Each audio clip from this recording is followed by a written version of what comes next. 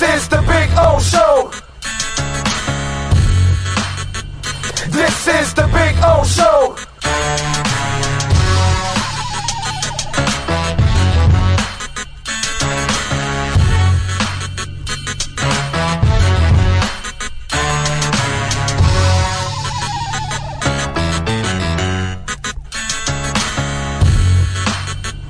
This is the Big O Show. This is the Big O Show.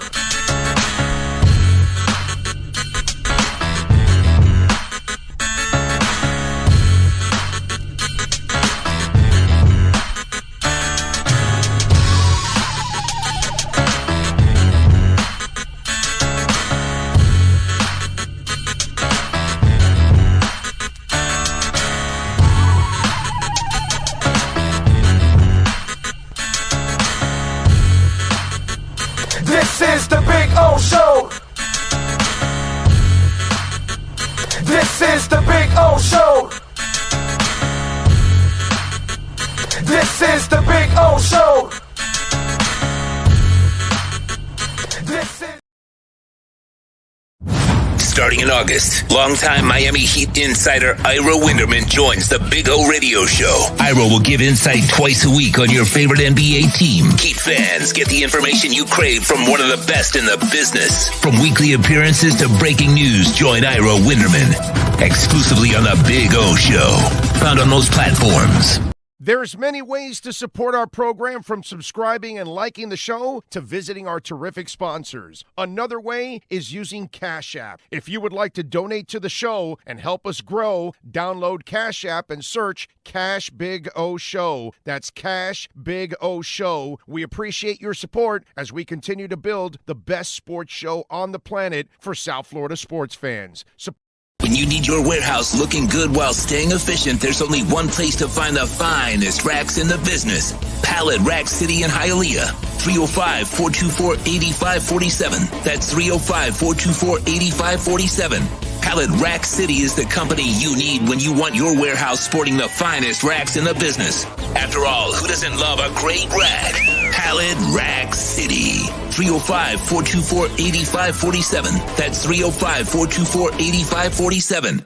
There's no need to drive around South Florida wasting valuable time looking for a new or certified pre-owned Acura. Go to the #1 volume sales dealership in the Southeast United States. Craig Zinn Acura of Pembroke Pines. Purchase with pace and space in a dealership tailored to your needs. From home buying to providing that personal touch. Contact the 2020 Satisfaction Award winner Craig Zinn Acura of Pembroke Pines. 888-776-5123. That's 888-776-5123. Or visit them at 15601 Pines Boulevard in Pembroke Pines. The viewpoint, statements, or beliefs expressed on the following program by the host, guests, or callers are not necessarily the opinions of FantasyXS.com, Media Group Inc. ownership, management, sponsors, or website. When it comes to South Florida sports teams, very few in the media have witnessed, lived, and covered it like the Big O.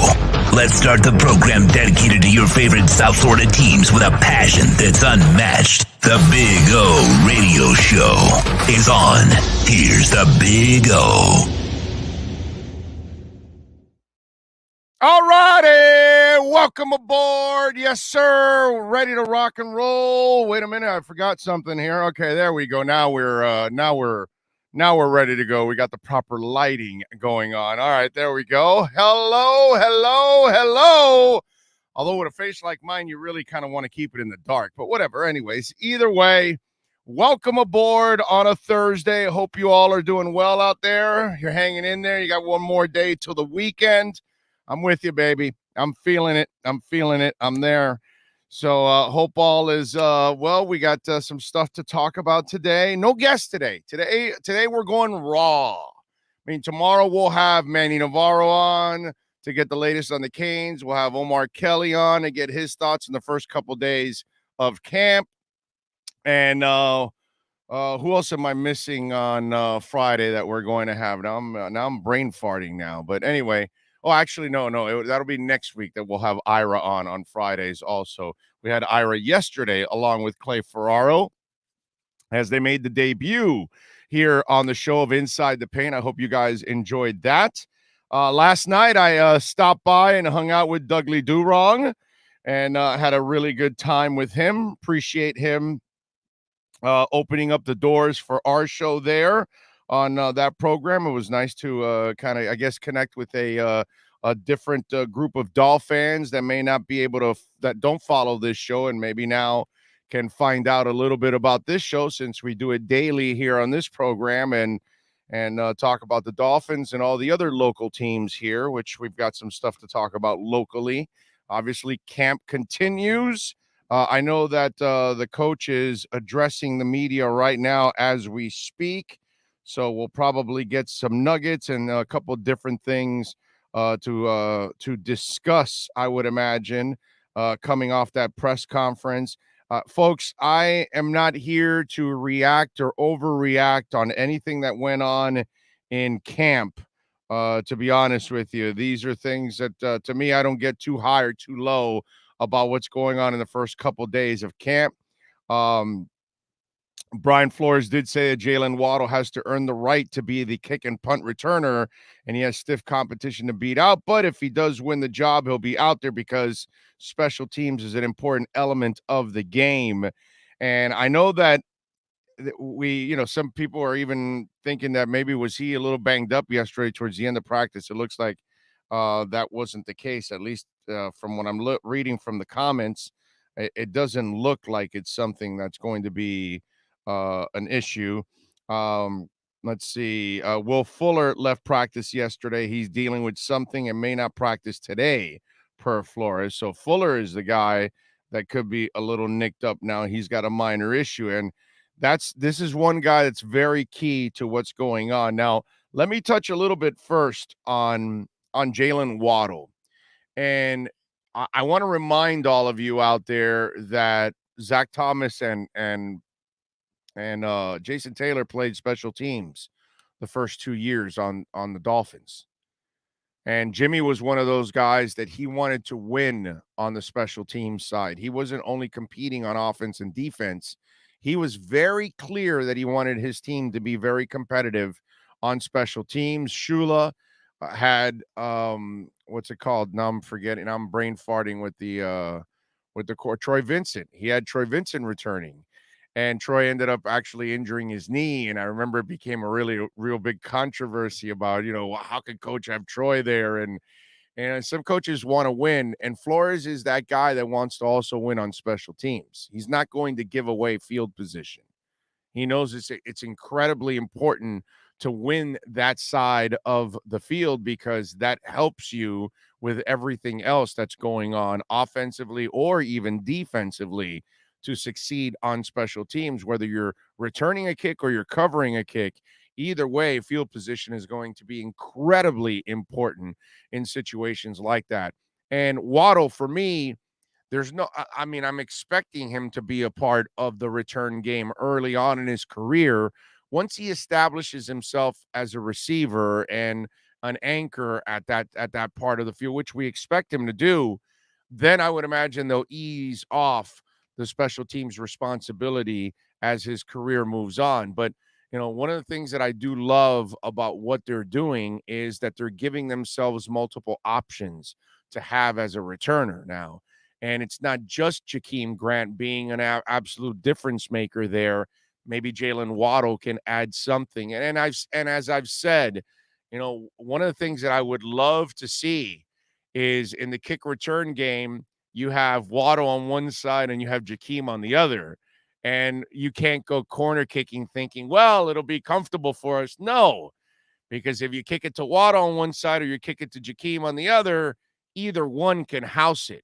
And that I love that they have multiple threats like that, because really Jakeem is the only one that they have. And Jakeem is one of the 5 best returners in the NFL, period. Maybe one of the 3 best returners in the NFL since he's been in this league. So you can't take that for granted. And I think because you have Jakeem around also, it doesn't force you to put all of the weight of the world on Jalen Waddle too, which I think that's also important, ladies and gentlemen, because if you want him to be one of your frontline receivers, you also don't want him taking every damn return too, or being forced to take every damn return because you don't have somebody competent back there that can also do it. I'd rather, and as I've told you guys before, I'd rather have Jakeem be the primary returner and have any of the other guys like Jalen complement and help out, but worry more about receiver, just like the reverse for Jakeem. I want him on the field less as a receiver, and when he is, I probably want him to be more of a decoy. Maybe you throw the ball to him a couple times in a game just to keep the defense honest, and again, the chance of making a big play because he's got a lot of speed. But in the end, I really want Jakeem to handle most of the return responsibilities. But it's nice to see that they're going to include Waddle and they're going to include others in this mix too, because that's what you should do as a coach. You need to find options. You know, you may have your starting center, but you need to find out a couple of other guys who else can snap, who else can do it, and then who else can do it on an emergency basis just in case you lose your primary centers in one game. Then all of a sudden you need somebody to step in, just like somebody is going to be that third quarterback.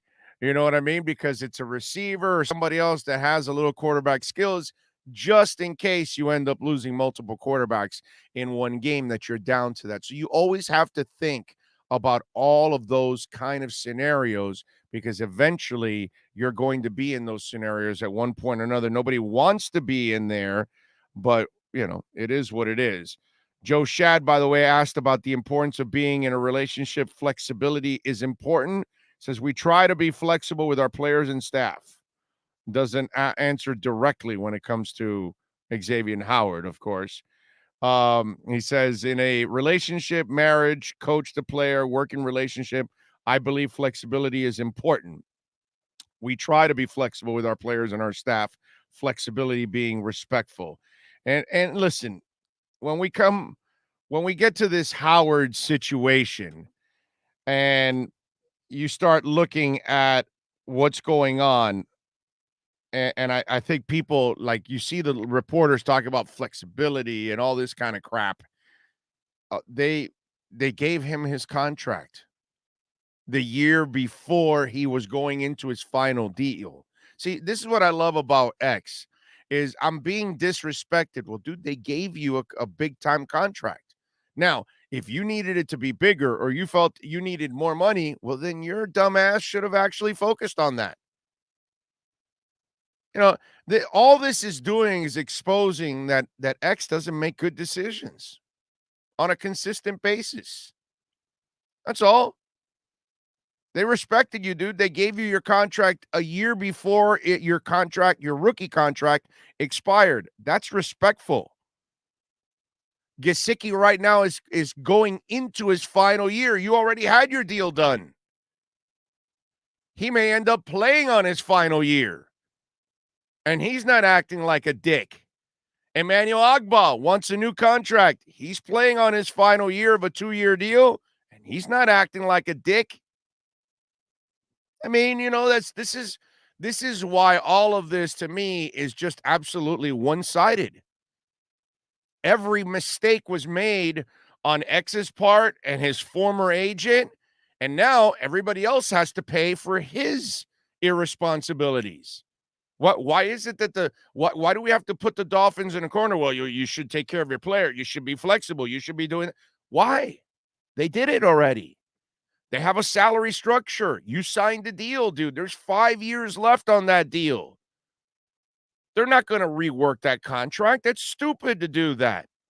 You do that and you're done, bro. All of a sudden now you will lose all the leverage as a GM. See, there's ramifications to all of this. It's not just that every other agent's going to want to rework their deal. Then all of a sudden you also lose your leverage in that sense. Because when you draw a line in the sand, even with X, the next few agents after that and the next few players after that, they're going to remember that. And they're going to go, okay, yeah, you know, we got to agree to this deal. We're not going to be able to go back to these guys. Is this the deal you like?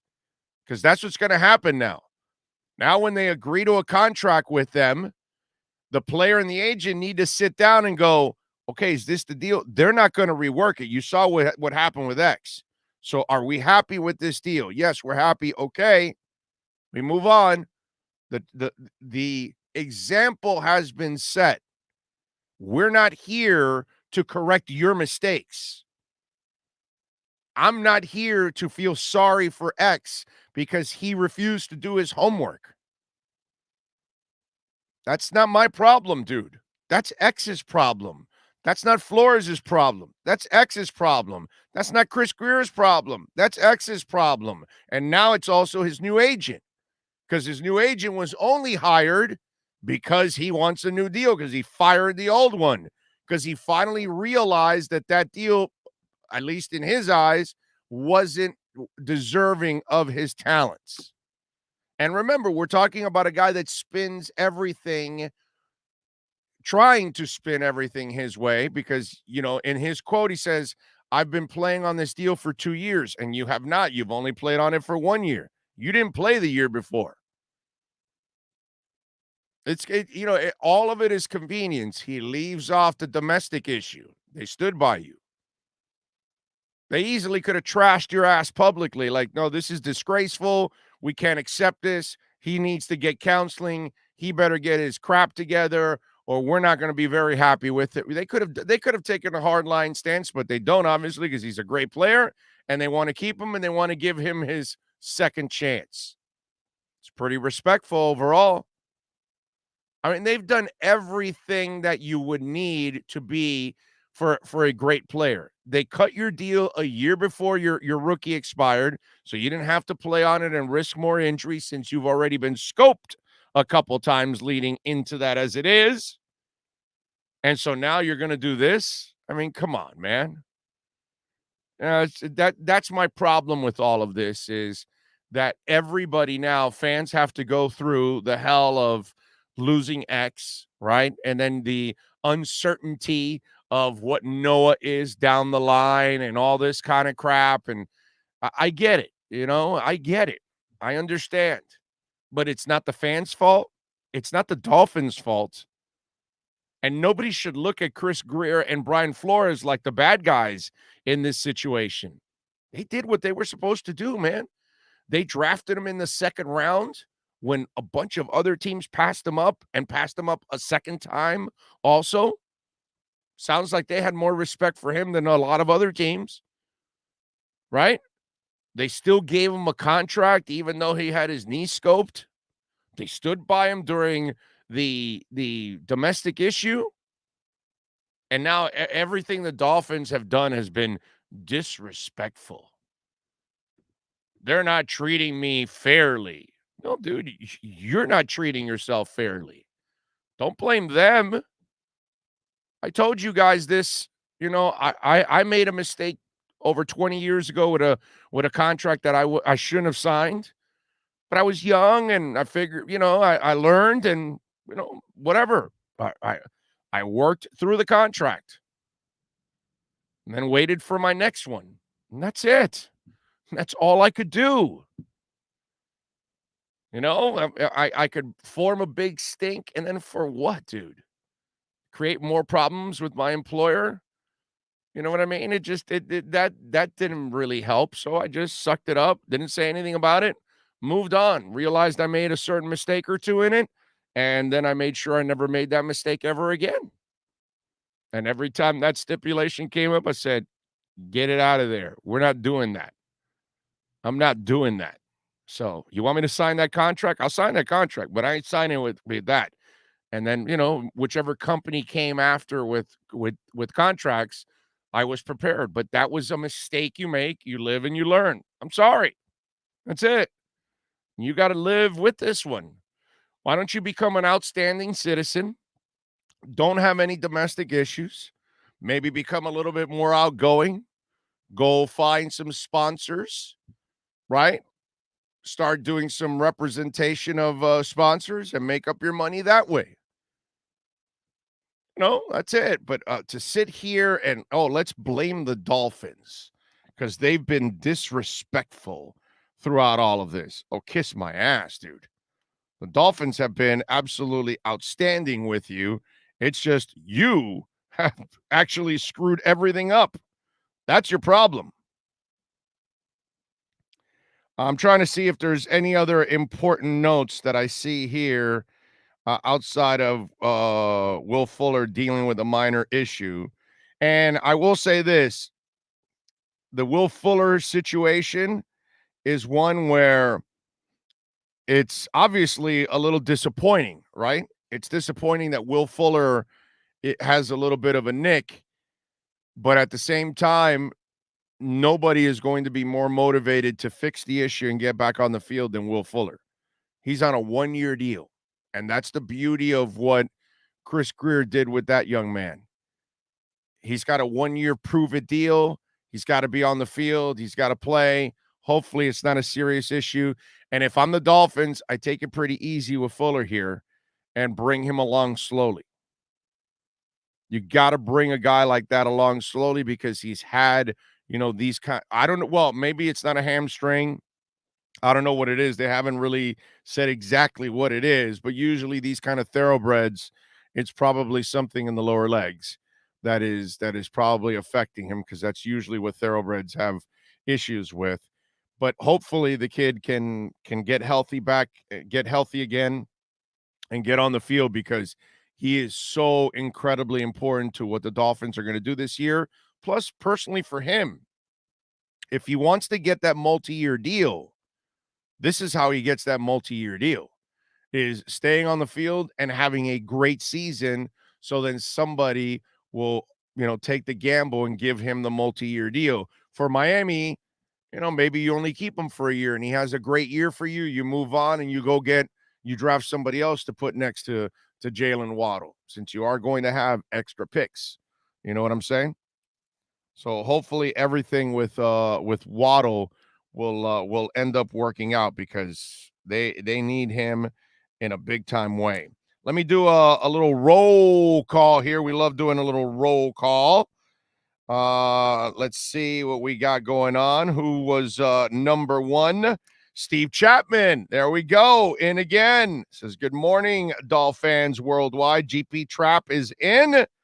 Says Steve and Big O Nation. Hit that like button. That's right, folks. It's incredibly important that you smash the crap out of that like button. Please smash that like button. Okay? Smash it. And then he puts R.I.P. Dusty Hill of ZZ Top. Thanks for the music. I'm with you, man. They were actually, he went back home because of health issues to go get checked out. And they were actually continuing their tour with one of their roadies was actually playing the bass and filling in.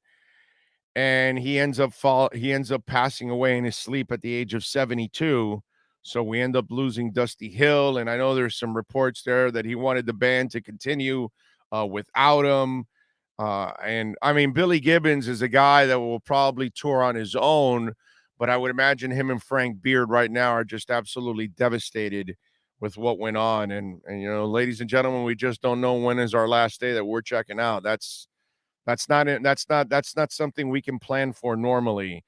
You know what I mean? It's just one of those deals, but what a shame. I'm fortunate that I was able to see ZZ Top, I don't know, 10, 15 times over the years. I saw him a whole bunch of times. Love ZZ Top, man. And they toured a lot. They came by here a lot, which I always loved that they were always willing to stop by South Florida. We don't always get everybody to come all the way down the Panhandle, from the Panhandle down to the point. But sometimes they do, and ZZ did make the tour several times. But obviously, our thoughts and prayers are with the ZZ Top family and the hardcore fans that I know are hurting right now with Dusty Hill, man. What a shame. What a shame. NorCal is in, gives a good morning to everybody, and then reminds you to wake and bake. Omar Lopez, John Rouse is in the house. JG Long is in. Malaysia is checking in. Steven Gonzalez, John Santos says it's great to have the Big O on every day. Well, thank you. That's too kind of you. I appreciate you. Captain Swole TV says these commercials making me homesick. Come on down, man. You better join us. Come on down. Come to South Florida. Visit us. Wear a mask. Ian from Brooklyn is in. James Roman is in. Steven says, love you, Big O. Thank you. Love you all out there. Thank you all out there for being so supportive of the show. Herbert Valdez is out in Southern California. Can't wait to go visit Southern California a little bit and go see a couple concerts, go down to Venice, hang out. I love going to Southern California and hang out for a week. Let's see. Marino Castillo says Devontae Parker injuries again and Will Fuller injured. Not good news. Let's not overreact it. It's way early to overreact and worry about it. And maybe it's not so much an injury with Devontae. Maybe it's more just kind of being cautious with a guy that's very injury prone in the process. It's not like he really needs a ton of practice. Him and Fluker, we talked about this yesterday. Guys like that, I just need him, get him healthy, get him a couple reps, and they'll be fine and ready to go for the regular season. JG says, what do you think South Korea broadcast using pictures representing countries like Dracula for Romania, pizza for Italy, and Chernobyl nuclear disaster for Ukraine? Oh God, it's just wrong on every level. The last one. The other ones, hey, it is what it is. Manuel Malo is in. Gus 1388. Mike No-Go Zones is in. He's also mentioning Dusty Hill. I know he's a rocker. C. Dola is in. He says Javon Holland and Noah have return capabilities also. Yeah, you got to find out all the guys you can so you see all the options you have too at the same time. And listen, if Waddle's running a lot of routes and making a lot of plays, you probably pull him away from any special teams work, and then you put in a guy like Noah to help you out or something like that if Jakeem is also, banged up or something like that. So, yeah, I'm with you there. I have no problem with that. John Quoto is in. He says, wish they would Jakeem more on screens and let his elusiveness pay dividends. You got to keep him somewhere in the mix, right? With that speed. I agree, John. Francisco Rivero, got to keep your best player happy. Losing X sends bad messages to the team and will cost Miami a playoff spot. I disagree with you. So let me ask you something. Why did they win with X in the first year in New England? Answer that one, Francisco. I'll wait for your answer. I mean, if he's so important, right? And I know he's a great player, but you make it sound like, I saw all the bitching and moaning when Minka left and they won 10 games without him last year. They'll overcome it. It'll suck to lose X. He's a great player, but who's to say that Noah doesn't turn into a hell of a player in his own right? And I guess, Francisco, you didn't listen to the segment yesterday, but as I said, Chris Greer's the guy that drafted X. So are you sure that Noah can't play? Chris Greer is the guy that drafted Minka. Javon Holland, probably just as good. You never know. So I'm going to go with the guy that keeps drafting the players and replacing them than the guy panicking about a player that, yes, he's a great player, but that doesn't mean it's the end of the world. And like I said yesterday, outside of the quarterback, everybody's replaceable. Everybody. If this issue was with the quarterback, so I probably would react differently. But any other position, you can move on, man. And there's always something with X. So I don't know. What bad message does it send that you're trading away a player that has several knee surgeries and a domestic violence issue? Well, where's the bad signal there? It's very understandable, actually. And as I've mentioned, Francisco, which I take it you haven't been listening the last couple of days, can you guarantee me that X will never have another episode domestically?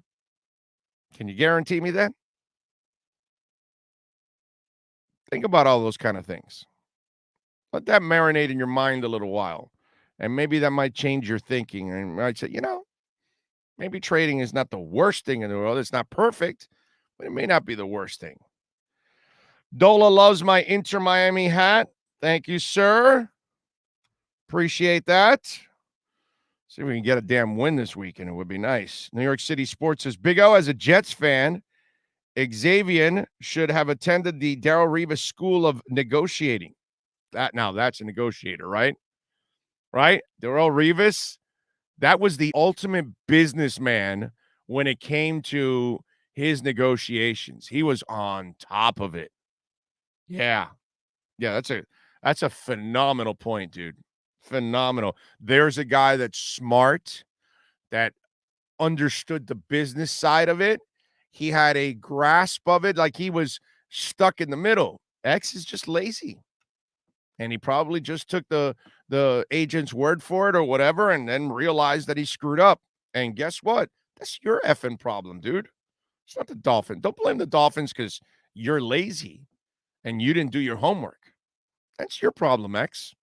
You're the lazy one, dude. You burned yourself. Not the Dolphins, not Dolphins, not your teammates, not the NFL, not the NFL system. Nobody. It's you. Look in the G-damn mirror, dude. That's the problem. Not anybody else. Rosendo says, good morning, Big O Nation. Watched Dougley last night, and I saw your segment, Big O. You were great. Well, thank you. Thank you. I had fun with Dougley. He was a lot of fun going back and forth. We talked a lot of Dolphins. I mean, I can talk Dolphin football 24/7, bro. So I have no problem with that. But it was a lot of fun, and I appreciate it. And hopefully we hooked up with a lot of different people that maybe didn't ever watch this show and didn't know about it. So it's a good thing. I appreciate Dougley giving us some love here on the program. Let's see. Xavien's previous agent did a terrible job. Yeah, well, but so did the client, right? I mean, you're selling your house, right? You have an agent working it. You're going to ask questions about this, right? You're going to want a certain number. You're going to be a little bit more involved. You walk into a dealership. Do you just pay the sticker price or do you try to negotiate? You know what I mean? Xavien Howard is just lazy and he looks dumb because he got taken, is what he feels like. But that's your fault, not anybody else's. Don't blame the Dolphins for this. Richard says, Dolphins went out on a limb and gave an injury-prone X a great deal at that time. That's right. Yep. NorCal says, X Factor didn't understand he was the highest paid CB. Whether he was number one or Josh Norman was number one or he was number two, what the hell's the difference? Either way, you should know what the hell's going on with your own deal.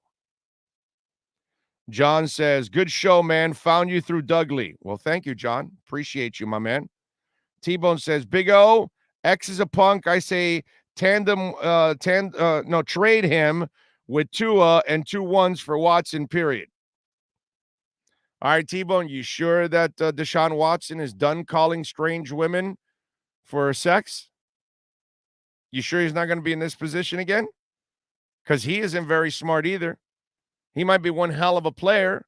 He might be one of the 5 best quarterbacks in the NFL, but he's a sexual deviant. Okay? One way or the other, he's a sexual deviant. You understand that, right? Either he committed a sex crime or he's a sex addict and he has a girlfriend. Okay, he's a sex addict with a smoking hot girlfriend, and he's calling strange women all the time to go out and have sex. Are you sure he's never going to do that again? Are you sure that there wasn't any kind of rape or any kind of sexual assault involved? I love how let's give away our 2 best players. Let's give away, whatever. And let's bring in another questionable dude. And also let's trade away the highest character player you probably have on your team in Tua, who could turn out to be a great quarterback and a high character player. A guy that's not going to be calling IG women left and right. Hey, come on over and massage my thing. Come on, man.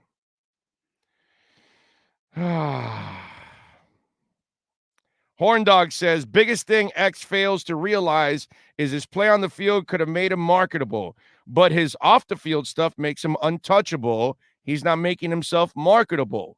Horn Dog, if only he had you as his agent. That's what he needs. He needs you as his agent.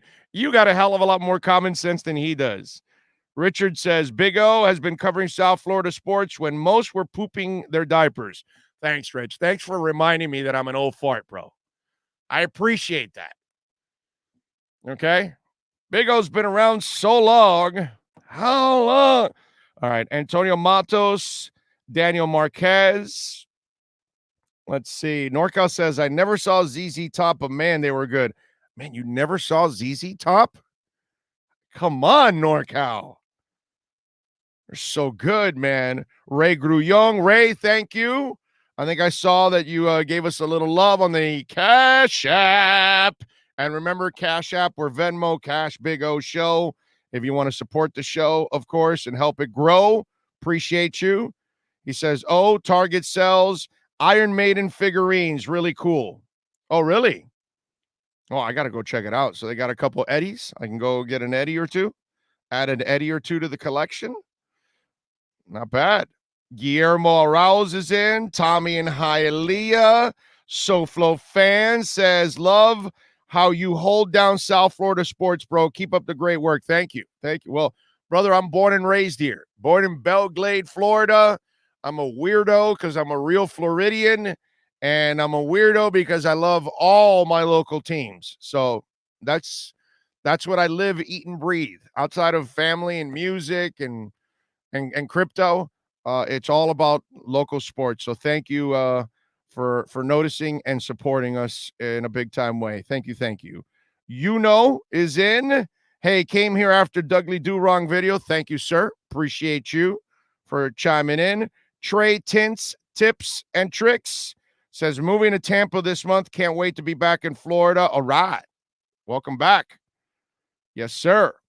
Bamboozy is in. He says, first time listener, run across you on Dudley Do Wrong's channel. I definitely like your look on the fins. I appreciate you, my man.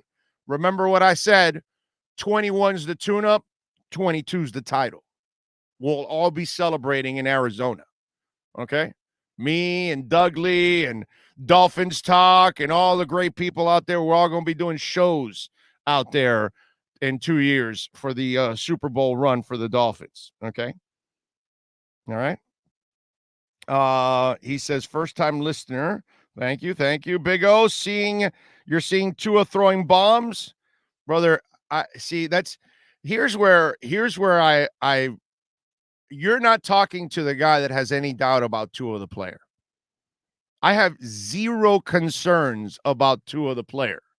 It takes, outside of freaking Marino that we just watched him, get off the bench against the Raiders and just take off. Very few of those guys that are able to just do that. You know what I mean? Marino was just a cat that was completely weird, completely different than everybody else. He's just a beast. You know what I'm saying? He had a radar like I've never seen in my life. But most guys are going to struggle. Most guys are not going to know what the hell they're doing. Most guys, their heads are spinning early on. A lot of guys look bad, like Peyton Manning throwing 25 interceptions, like Drew Brees couldn't find his ass with a funnel for 3 years until the light went on. Aaron Rodgers sat for several years. I know they had Brett Favre, but we were told. In fact, I had Brady Papinga on, former NFL linebacker, and play with Aaron Rodgers. When he was on with us last year when Tua was playing, he goes, I can already tell you Tua was way ahead of Aaron Rodgers in his first year. See? So I'm not one of these guys that's ever concerned about. I was actually more impressed with Tua last year than most people. I think he had a terrific year. I think he was excellent considering everything that was set up for him to fail. And still, he won more than he lost. He threw more touchdowns than he threw interceptions. Kid will be fine, dude. I'm not worried about the player. The only thing I've ever worried about is his injury history. That's it. That's the only thing I'm concerned about. I see a player there. You cannot teach accuracy. You cannot teach ball placement. You cannot teach intelligence. And you can't teach leadership and all the other intangibles. So for me, I am the last guy to be surprised that he's balling. Okay? I'm the guy you come to say, you're right, he's a baller. You could come to me and say, hey, you were concerned about his injuries. 3 years from now, 4 years from now, 5 years from now, he has no injuries. And you could say, hey, you were a little concerned about his injuries, but that, and I could say, yeah, man, that was my legit concern. But you'll never hear me say anything about his play. I have all the faith in the world that he's going to be a hell of a player at this level. I not only think he's going to be a very good quarterback, I also think he's going to be one of the best ad-libbers that exist in the NFL. And what I mean by that is, and one of my traits that I measure every quarterback by is, how do you handle chaos? Because in the NFL, there's going to be chaos. The left tackle's not going to pick up a block every once in a while. The right tackle's going to miss it. Somebody's going to pull a stunt in the middle, and then you've got to react off of that. Those are the things that Tannehill can't do.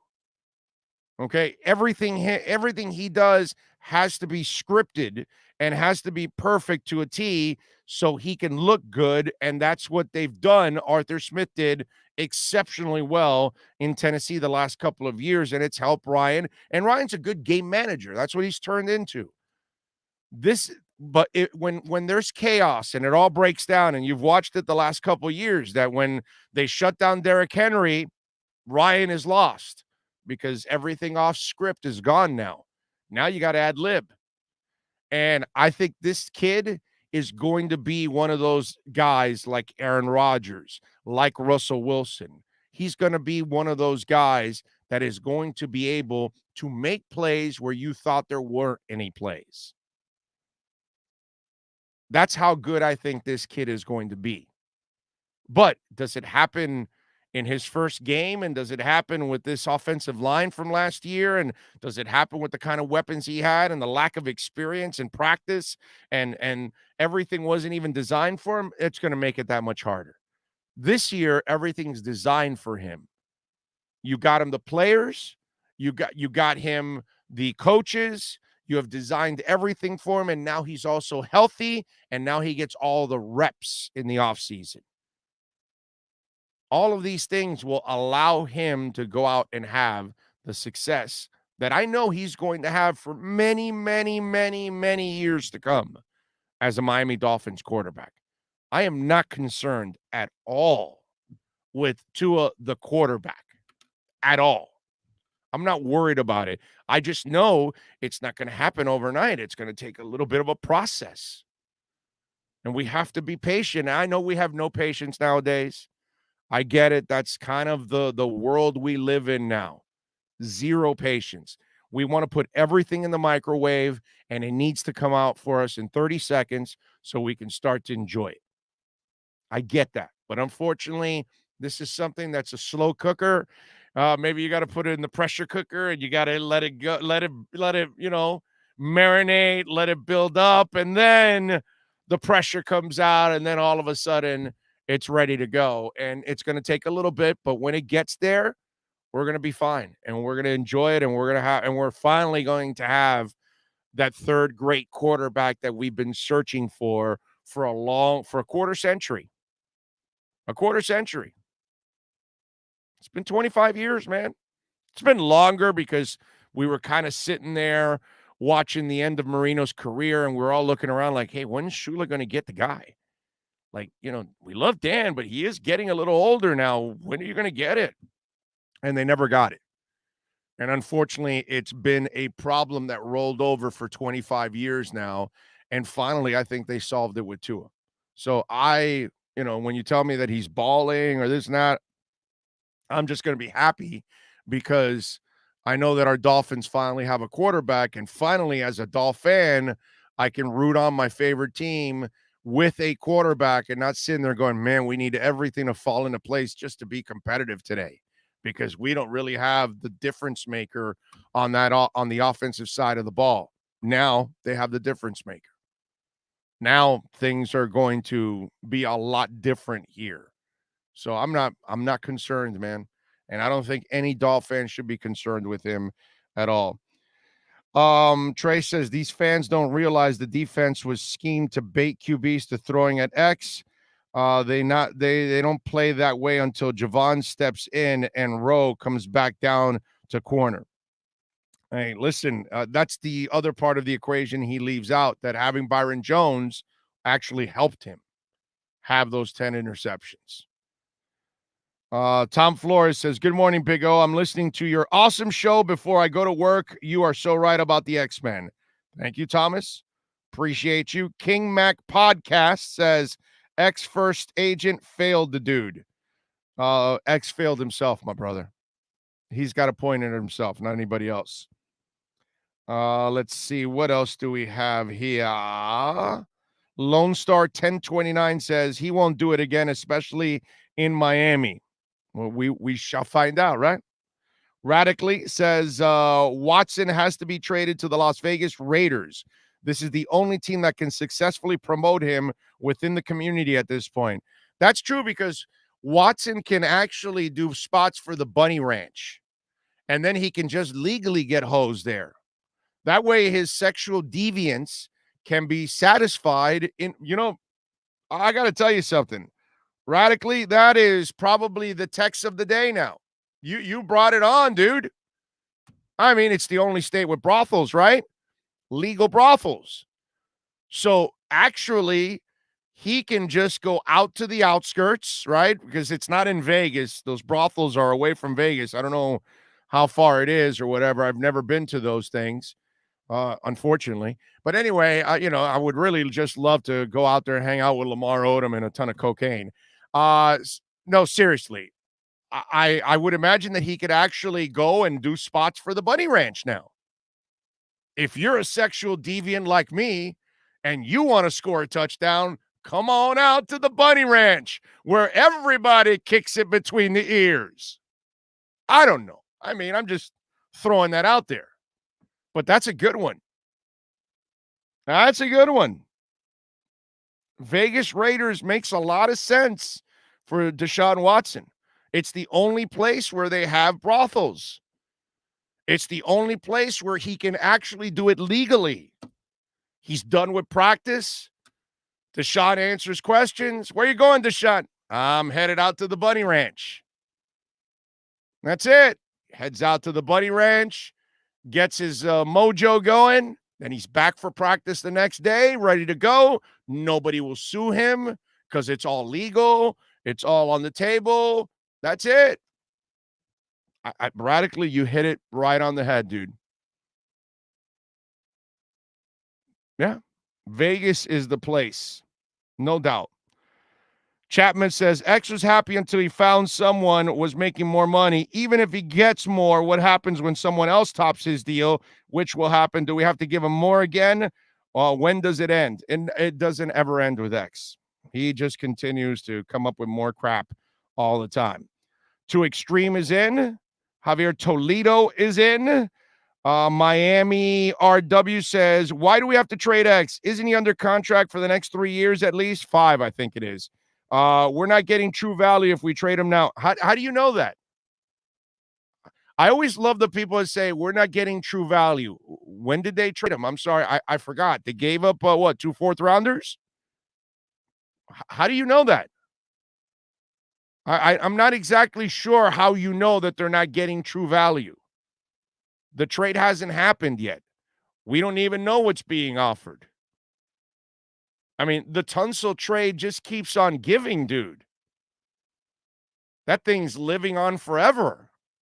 So I'm not exactly sure what you're talking about. How do you assume that you're not getting the value? And here's the other thing. Are you sure that he doesn't need another knee surgery next year? Are you sure his knee will hold up next year? Are you sure his knee will hold up for the next 2 years? Are you sure he won't have another domestic issue? Are you sure he won't complain about something else? Think about those things when you're talking about X. Yes, he's a hell of a player. But if he's a hell of a player and he's Russell Wilson, then I understand when you're saying, hey, why are we doing this? Why are we getting rid of this guy? Why are we getting that? I get it. I'm with you all the way, dude. You got Larry Fitzgerald, and you're getting rid of. Whoa, wait a minute, bro. He's one of the great receivers of all time. The highest character that you could ever have. Why are you getting rid of him? You understand what I'm saying? Let's not make it sound like X is as impeccable a person, injury history, like he is a player. Let's as one of our guys love, let's compartmentalize everything here, okay? Let's separate everything. Come on, man. There's a difference. All right? When you have Jason Taylor, you not only have Jason Taylor, the great player, you have the great character, the great leader, the great representative of your community, of your team. You never are going to get that 2 a.m. call. Hey, coach, I got arrested. Nothing. You understand? When you get Zach Thomas, you're getting more than a player. So I get it when you're hurt if something like this happens. But let's not make it sound like X is this impeccable human being that, oh, my God, we can't part ways with him and we'll never recover and all that kind of stuff. So I just kind of disagree with you. DJ says, I've been with you, since 560 days. My goats are Mandich, Rose, and you. Well, thank you. Very nice. Very kind of you. And 2 other good dudes on your list, too. Obviously, rest in peace, Mad Dog, and Joe's fantastic. The way people talk about Tua, you would think he's Ryan Leaf 2.0. Well, some people. Not me. I'm not looking at that dude at all like that. John C. is in, loving the show. Craig Sebring. No, it's Tanapuke, he says. Okay, Tanapuke. I got you. Bamboozy says the actual name is Bamboozle. Oh, okay, that's an L, not an I. My bad. My bad. I'm sorry. Lisa Rose is in the house. Craig says Tua will have 3,500 yards and 30 TDs and run 7 touchdowns. I'll take it, baby. I'll take it. Joe says financially, Tua is the path to follow. Stay the course with him. If X just wanted some guaranteed money, make it happen. We're a great defense with him and just good without him. Hope it can work out. How about if Noah can play ball? Don't you become great again? Right?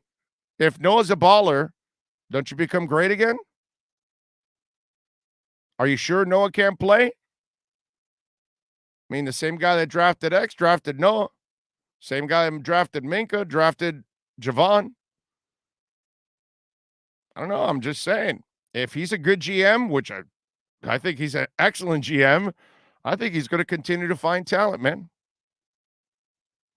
Let's see. King Mac Podcast says, regardless if Tua's the guy or not, I still want the Finns to continually be big in competition so we don't get a right tackle situation or RT situation. What's an RT situation? You got me there, King Mac. I'm sorry. I didn't understand that.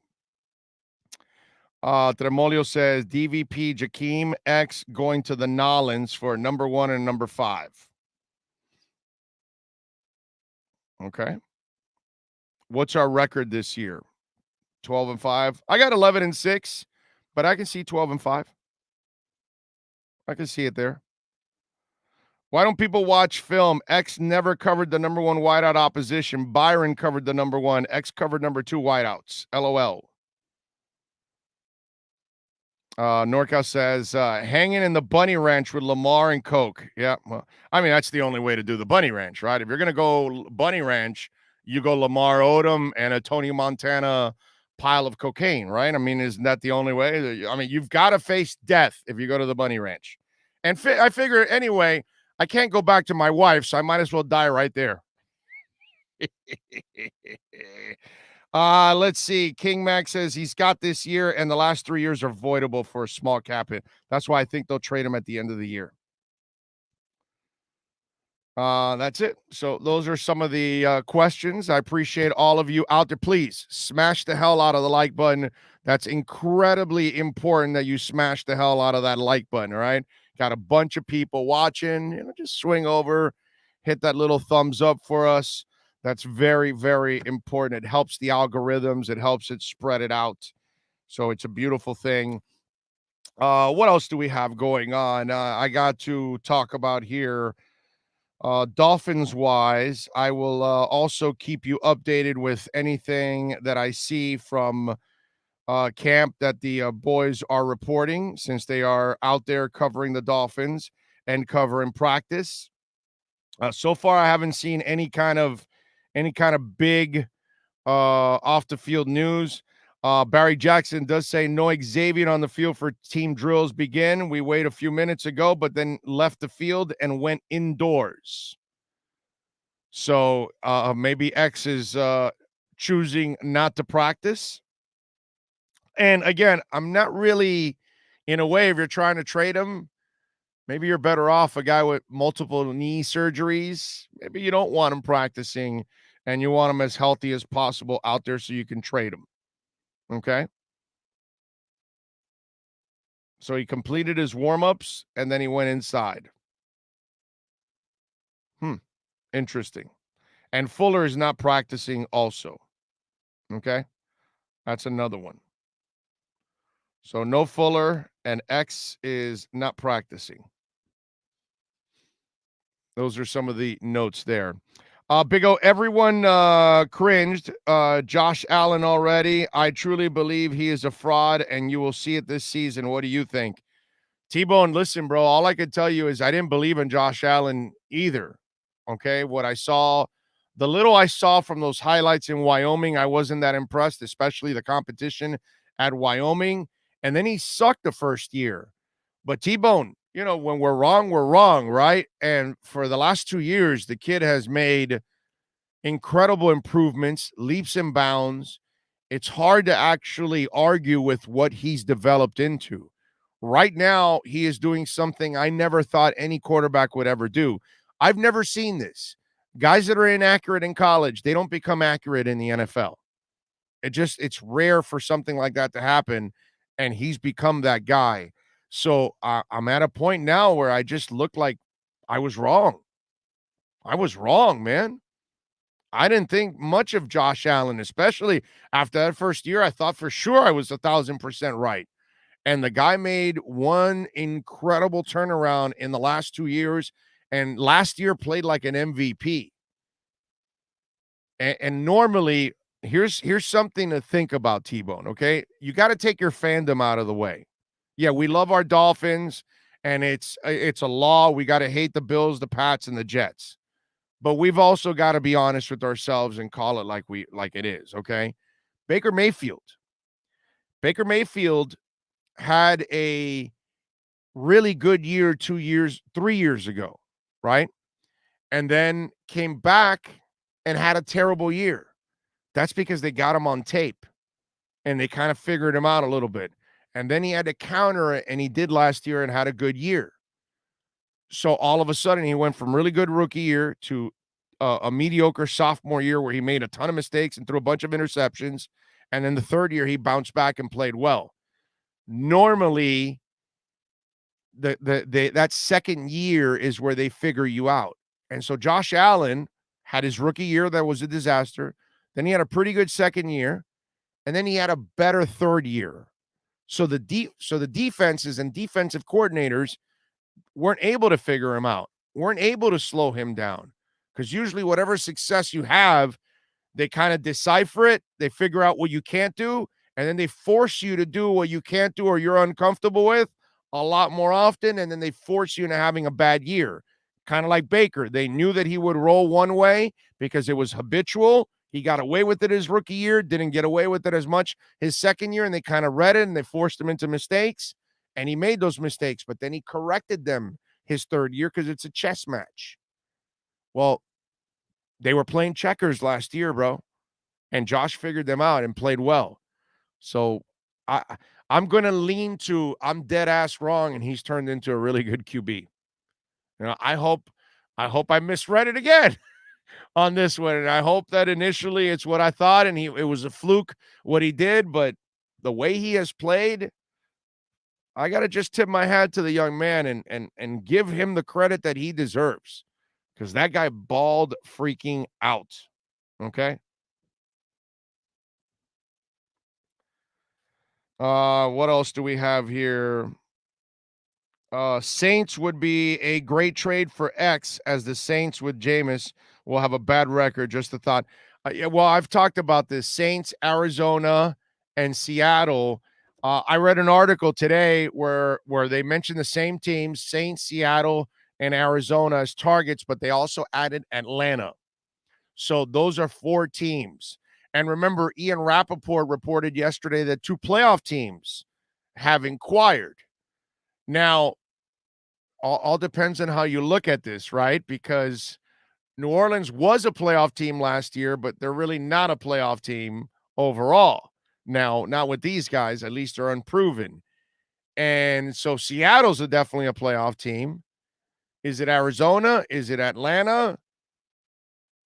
Is it somebody else? Because Ian did not mention what 2 teams are the ones that called the Dolphins about X. And let me tell you something. This is a good thing.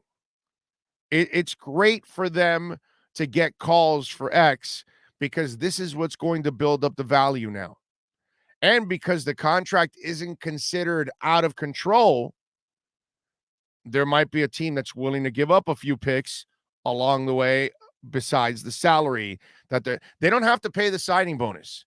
So that burden's off of them. They're now going to have to give up another bonus. That'll be the difference. Now, the question is, where does he get traded to? Does he get traded to a bad team? That would be interesting. Some of the teams are talking about they're not bad. But if he gets traded to a bad team, I want to see how he handles that. Be careful what you ask for. You might end up getting it. Robert Wilcox says, what do you think about a trade with C. Ruiz and a high round pick next year? We need a guy like Ruiz coming out. Almost drafted him. I don't know, man. I mean, I don't even know if they want to trade him. You know what I mean? You're assuming that they want to trade him. So that's kind of more of a fantasy trade right now, Robert, overall. And for X, you got to give up a lot more. At least that's the way I think about it. You got to give up some kind of a high pick, too, in the process. I heard Goff got traded for hitting on the head coach's girl. Oh, yeah, there was some talk about that. I think Goff got traded because they figured out that he wasn't the guy. Okay? That's kind of what it is. He had some early success because of the whole girly and everything else, and it made him look really, really good. And then as that talent went by the wayside, they realized that he wasn't the guy because he can't elevate people around him. You know, it reminds me a lot of 17 with Tennessee. Same thing. He can't elevate anybody around him. He can facilitate. He's a good game manager, but when things break down, like I told you, chaos and all that, Goff wasn't going to do anything and raise people around him and lift them up, just like 17 can't do the same thing. It's all kind of the same type of player, and that's what I think the Rams figured out. Like, okay, this is not the guy, and Stafford can be that guy. Stafford has the moxie to play that kind of game. The only thing I worry about Stafford is that he'll force it a little too much, and he'll throw the mistake too. And he has some Jake Plummer in him. Like, Jake had the talent, but Jake at times also could get you in trouble because he forced the issue. I think there's some of that in Matt Stafford, but moxie is there. Whereas Goff and Ryan, they're game managers. They don't bring that kind of moxie to the table where they're all of a sudden, yeah, it's on me. Let's go. I can lift us. That's not going to happen. Cleveland, Kareem Hunt for X. Ew. No, they're not doing that. I'm smelling a trade announcement soon for X. I'm going in the building for practice means he's traded. Team making sure he doesn't get hurt. Well, that's fine. Whatever it takes, man. Whatever it takes. I know this. If Chris Greer is going to accept a trade. It's going to be one on his terms, and it's going to be one that is going to be really good for the Miami Dolphins. They're not just going to give X away. All right? Give me 60 seconds, and we will start hour number 2. There's no need to drive around South Florida wasting valuable time looking for a new or certified pre-owned Acura. Go to the #1 volume sales dealership in the Southeast United States. Craig Zinn's Acura of Pembroke Pines. Purchase with pace and space in a dealership tailored to your needs. From home buying to providing that personal touch. Contact the 2020 Satisfaction Award winner Craig Zinn's Acura of Pembroke Pines. 888-776-5123. That's 888-776-5123. Or visit them at 15601 Pines Boulevard in Pembroke Pines. The viewpoint, statements, or beliefs expressed on the following program by the host, guests, or callers are not necessarily the opinions of FantasyXS.com, Media Group Inc. ownership, management, sponsors, or website. When it comes to South Florida sports teams, very few in the media have witnessed, lived, and covered it like the Big O. Let's start the program dedicated to your favorite South Florida teams with a passion that's unmatched. The Big O Radio Show is on. Here's the Big O. Right, it's a beautiful thing. Thank you for joining us there and hanging in there. I see. Actually, we're going to be changing that 2 million banner because we're crossing 3 million downloads today on the show. So thank you all out there. Remember to smash the hell out of the like button whenever you're podcasting the show, day or night. Doesn't matter. Whenever you're listening, it's incredibly important that you smash the like button. Share the link of the show with folks out there. That's always also incredibly important. Many ways to contact us. Email bigoradioshow@yahoo.com. That's bigoradioshow@yahoo.com. Twitter, it's Big O Show. YouTube, of course, share the link with folks. And Cash App and Venmo, Cash Big O Show. That's Cash Big O Show. Appreciate it out there. Benjamin Blundet says, I love Tua, but if we are to trade for a quarterback, I would value Russell Wilson way over Watson. Here's the problem. Why are any of you thinking about trading a quarterback? Why? I don't understand this. I don't understand the thought that you've already passed on Tua. Why the F are you thinking about Russell Wilson? Why are you thinking about Deshaun Watson? Why are you thinking about any of these quarterbacks at this point in time? You have a young guy that's only in his second year. He's got an incredible future in front of him. You've given up on a guy after a first year? So you gave up on Peyton Manning and you gave up on Drew Brees also? Gave up on Aaron Rodgers because he sat for like 4 years waiting for his turn? They kept him that long on the bench. He must suck. I mean, seriously, come on, man. Are we going to start? This is the part I don't understand. Why are any of you thinking about another quarterback right now? Why aren't you just all in with Tua? Why aren't you supporting the young man? He deserves your support. This is a kid that worked his ass off to get on the field last year to help his team. From a hip surgery, from something that many thought could be career-threatening, and yet it did not end up costing him his career, and yet we have people that are still thinking about other quarterbacks. Look, I get it. You've been beaten up for 20 years with the John Becks and the Cleo Lemons and the Ryan Tannehills and the Fitzpatricks and the Gus Frerots and the Jay Fiedlers and the Ray Lucases of the world. And I get it, dude. I get that we've been bombarded with bad quarterbacks and mediocre quarterbacks and less than average quarterbacks. I understand all of that. But this is probably the most accomplished quarterback they've drafted in the last 20 years. Because John Beck didn't do more than him. Ryan Tannehill didn't do more than him in college. Ray Lucas didn't accomplish more than him in college. I mean, most of these guys did not accomplish the things that Tua accomplished in college and did not play at the highest level in college, which is in the SEC, and play for one of the best programs in the country in Alabama. Plus, he's a phenomenal young man. You're never going to have to worry about him being a sexual deviant. I mean, there's a lot of, and he's not old. I love Russell Wilson, but what are you going to get out of Russell Wilson? A couple of years, and that's it?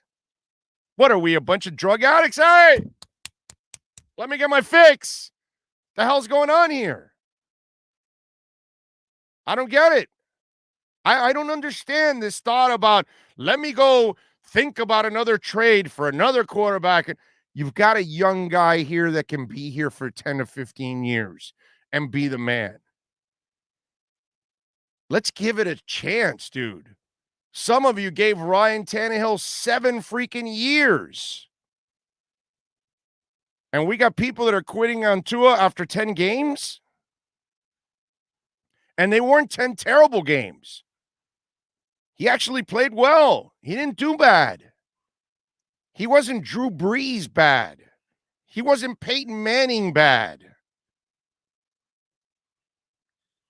I just really don't understand why people are wasting their time talking about other quarterbacks. That's the part I just can't get through my head. When you've got the guy that could be the franchise player right now. But my Lord, can we at least give him some time? Josh Allen's first year was like disgusting. I didn't see the Bills fans all give up on the guy. Why? Because he's a rookie. It's all right to have a shitty year if you're a rookie. And the guy, that guy truly had a shitty year as a rookie. Tua did not. And now he's considered one of the best quarterbacks in the NFL because you can turn it around like this. Can we wait a couple of years before we actually question whether Tua's the guy or not? After we've seen him in all kinds of situations, so we know that he's not the guy? Can at least we have proof that he's not the guy? And then I will agree with you guys that are thinking about another quarterback. But at this point in time, I find it counterproductive for any fan to be talking about another quarterback when Miami has shown you they're not trading for another quarterback. All they've done, I get it. Maybe you keep reading a Mike Florio column all the time. Maybe you keep reading Adam Beasley every single day talking about them trying to trade for another quarterback that they've shown no interest in trying to trade for. But one tool after another follows another one and they one writer writes it and another writer thinks it's gospel. You know, it's one of those things that if you say the lie enough, then you'll start to believe the lie yourself, and then you'll try to help others in believing the lie themselves too. At no point have the Dolphins give you any indication they're going after another quarterback. In fact, they've given you every indication that they're dedicated to this quarterback because they keep designing everything to help him succeed, just like every other offense in the league should be doing, except for the Green Bay Packers, of course, who don't help their quarterback. I mean, listen, I said it already, and if any of you right now are listening to the show going, oh, so they have to design everything for him to be successful? Yeah, exactly. So does Tom Brady. That's why he gets there and he has Chris Godwin and Mike Evans, a pair of wide receivers that any quarterback would love to have, and then they bring in crazy-ass Antonio Brown. They've got 2 tight ends there that are pretty good. No, not enough. We'll go add Gronk, too. And that's the greatest quarterback of all time, and they can't find enough weapons for him. They've got that 4th receiver, the little white kid. I forgot his name now. Kansas City. They got Travis Kelce, and they've got Tyreek Hill. They've got the best quarterback on the planet, and yet they'll find the best tight end and the best receiver that they can on the planet to help them. And then they've got a couple of other speed guys around them like Hardeman and others. I mean, the best quarterbacks in the world, in the history of the game, get help, except in Green Bay, of course. That's part of it. That's what you're supposed to do, except for the people in Green Bay. They don't understand that. Let's give the kid some time. Can we find out if he can play or not? Then when we know we're wrong, those of us that thought he could play, then we can talk about the options and the next step. But to be talking about it now, it just makes no sense because it's not part of what you were watching the Dolphins do. The Dolphins aren't shopping for another quarterback. The Dolphins are shopping their corner right now, not shopping for a quarterback. They're shopping a cornerback right now.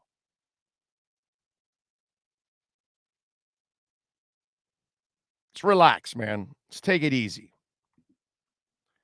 Let's see. We are built around Tua. Stop thinking that we are trading for another QB. Only person that's getting traded is X. We don't need him. We have a solid core. Just freaking trust the coach flow. I agree. Yahweh Bula says Winfield said he was booming kicks, where another said he was terrible. I mean, whatever, bro. I'm not overreacting one way for training camp or the other way for a training camp. I'll wait till the preseason. I start to see like real game situations. If I could watch the practices with the teams, those things are going to be really telling and we'll get a good feel. Right now, it's just, Hank Goldberg's left nut says, no point talking about QBs now. Rodgers is in Green Bay this year, and Watson's going to be out at least 8 games eventually. Let's see Tua this year and see where he's at, where we are with at that. No, let's see Tua this year and see where we are then. Wilson not leaving this late. Yeah, Russell Wilson. They're not going to trade Russell Wilson. That to me doesn't make any sense.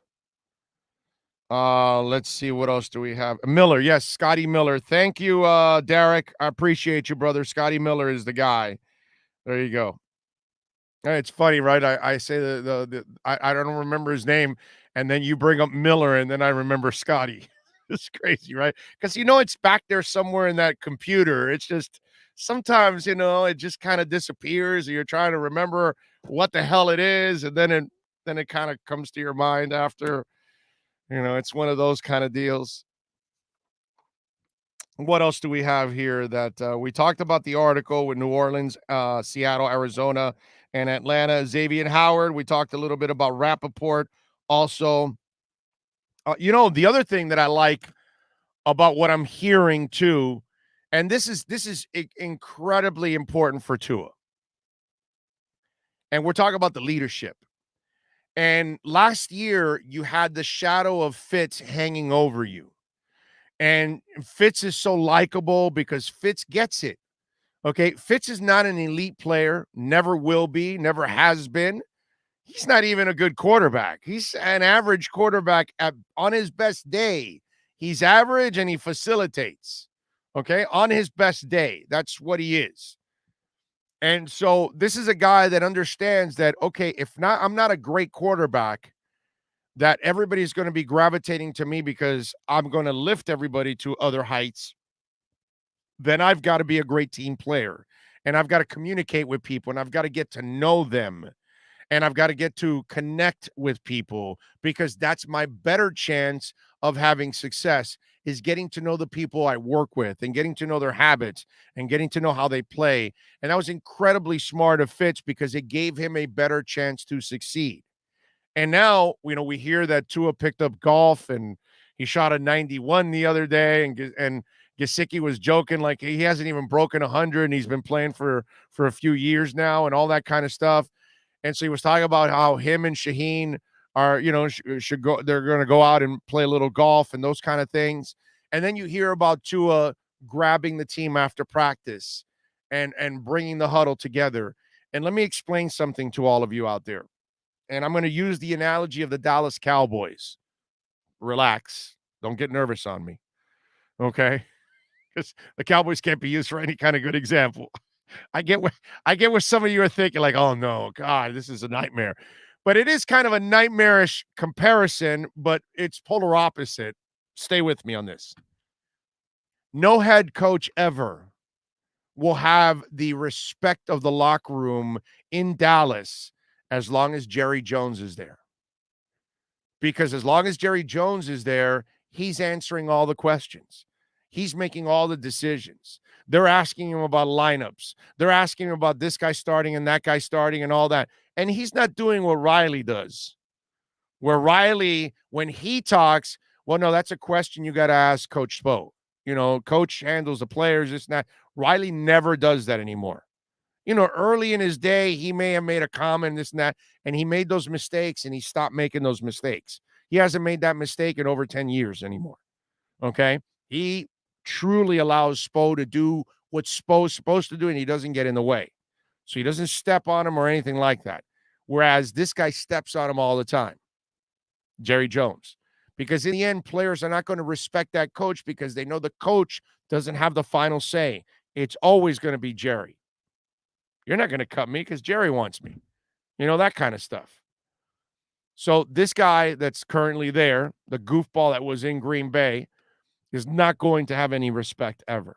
Well, Tua was never going to get the respect from his team as long as Fitz was there.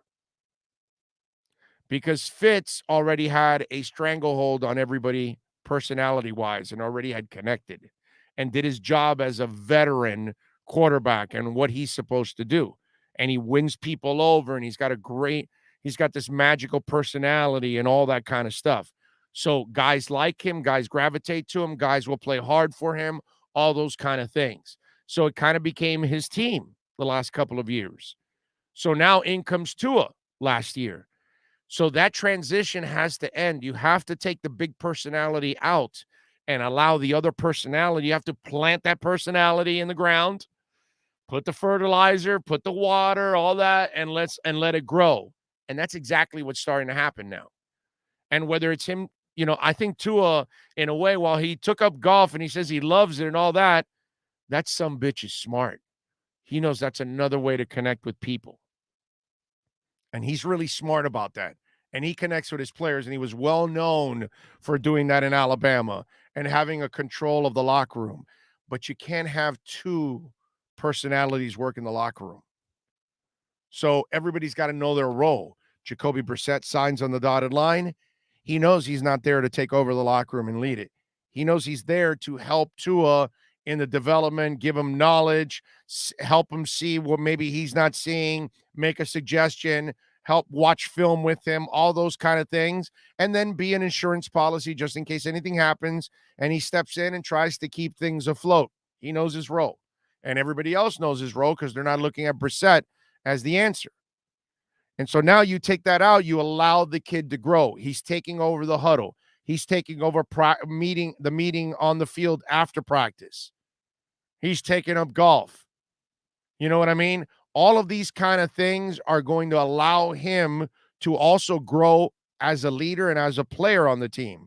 So this is all part of the process also, because in this sport, you cannot fool your teammates ever. They know who can ball and who can't. And when coaches are playing politics like we've seen in the past, that they keep rolling out Eddie Moore and Eddie Moore can't play, and everybody in the locker room knew he couldn't play, but they knew the politics that they drafted him in the second round, and the head coach was trying to justify the pick. Or the GM's trying to justify the Jamar Fletcher pick, or whatever it is, and it gets exposed. And you start to lose the team. So it's really important what's going on right now, because while we're mostly focused on the field and we want to see a completion, we want to see a bomb, we want to see a touchdown, we don't want to see an interception, we don't want to see a fumble. That's how we're measuring Tua. There's another building block that's going on, and it's off the field, and it's in the huddle, and it's in the locker room, and it's on the golf course. And those are the other things that he's doing in order to win his teammates over, in order for him to get to know his teammates, not only on the football field, but as human beings. Because when you're able to connect that way, then all of a sudden the bond is much deeper. The commitment is much deeper to each other. It means a lot more, because all of us, it's like anything. Like an acquaintance you meet on the street compared to your best friend. You can't compare the two, right? Your best friend is kind of like almost your brother. Or maybe it's even more than your brother sometimes. But the acquaintance you know, but you don't have the same kind of connection. And last year, Tua was probably the acquaintance. Now he's becoming the best friend. And all of that is so important part of this development because they want to know also that you can connect with them as a human being and you can understand them. And if you can do that, then you're going to get more out of your friend, out of your family member, out of your teammate, whatever that connection is. And I think that's part of what we're watching and what we heard yesterday coming out of practice. All of those elements are important. They don't have to be a completed pass, and it doesn't have to be a touchdown. But if you want to have more of those completed passes and more of those touchdowns, you need to also make the other connections off the field. And I thought that was actually pretty cool to hear about a lot of that stuff yesterday with Tua. You know, and by the way, can I say something to the Dolphins? Can we give Tua a towel? Please? Like when he's doing his damn press conference, the guy just finished practicing. Your ass is still out in the sun. You're sweating like a whore in church. I mean, come on, dude. Give the man a towel. He kept, cleaning with his shirt. I felt terrible for him. Like nobody said, like, here, Tua, here's a towel. Not one person. And Tua, by the way, get yourself a towel, dude, next time you go to the podium. He's standing there and he's just sweating buckets. I'm like, are you guys going to give the guy a towel, bro? Come on. Help the man out. Big O, who has a better season, Tua or Herbert? Tua, because he's going to the playoffs. Herbert isn't. How many big games did Herbert win last year, bro?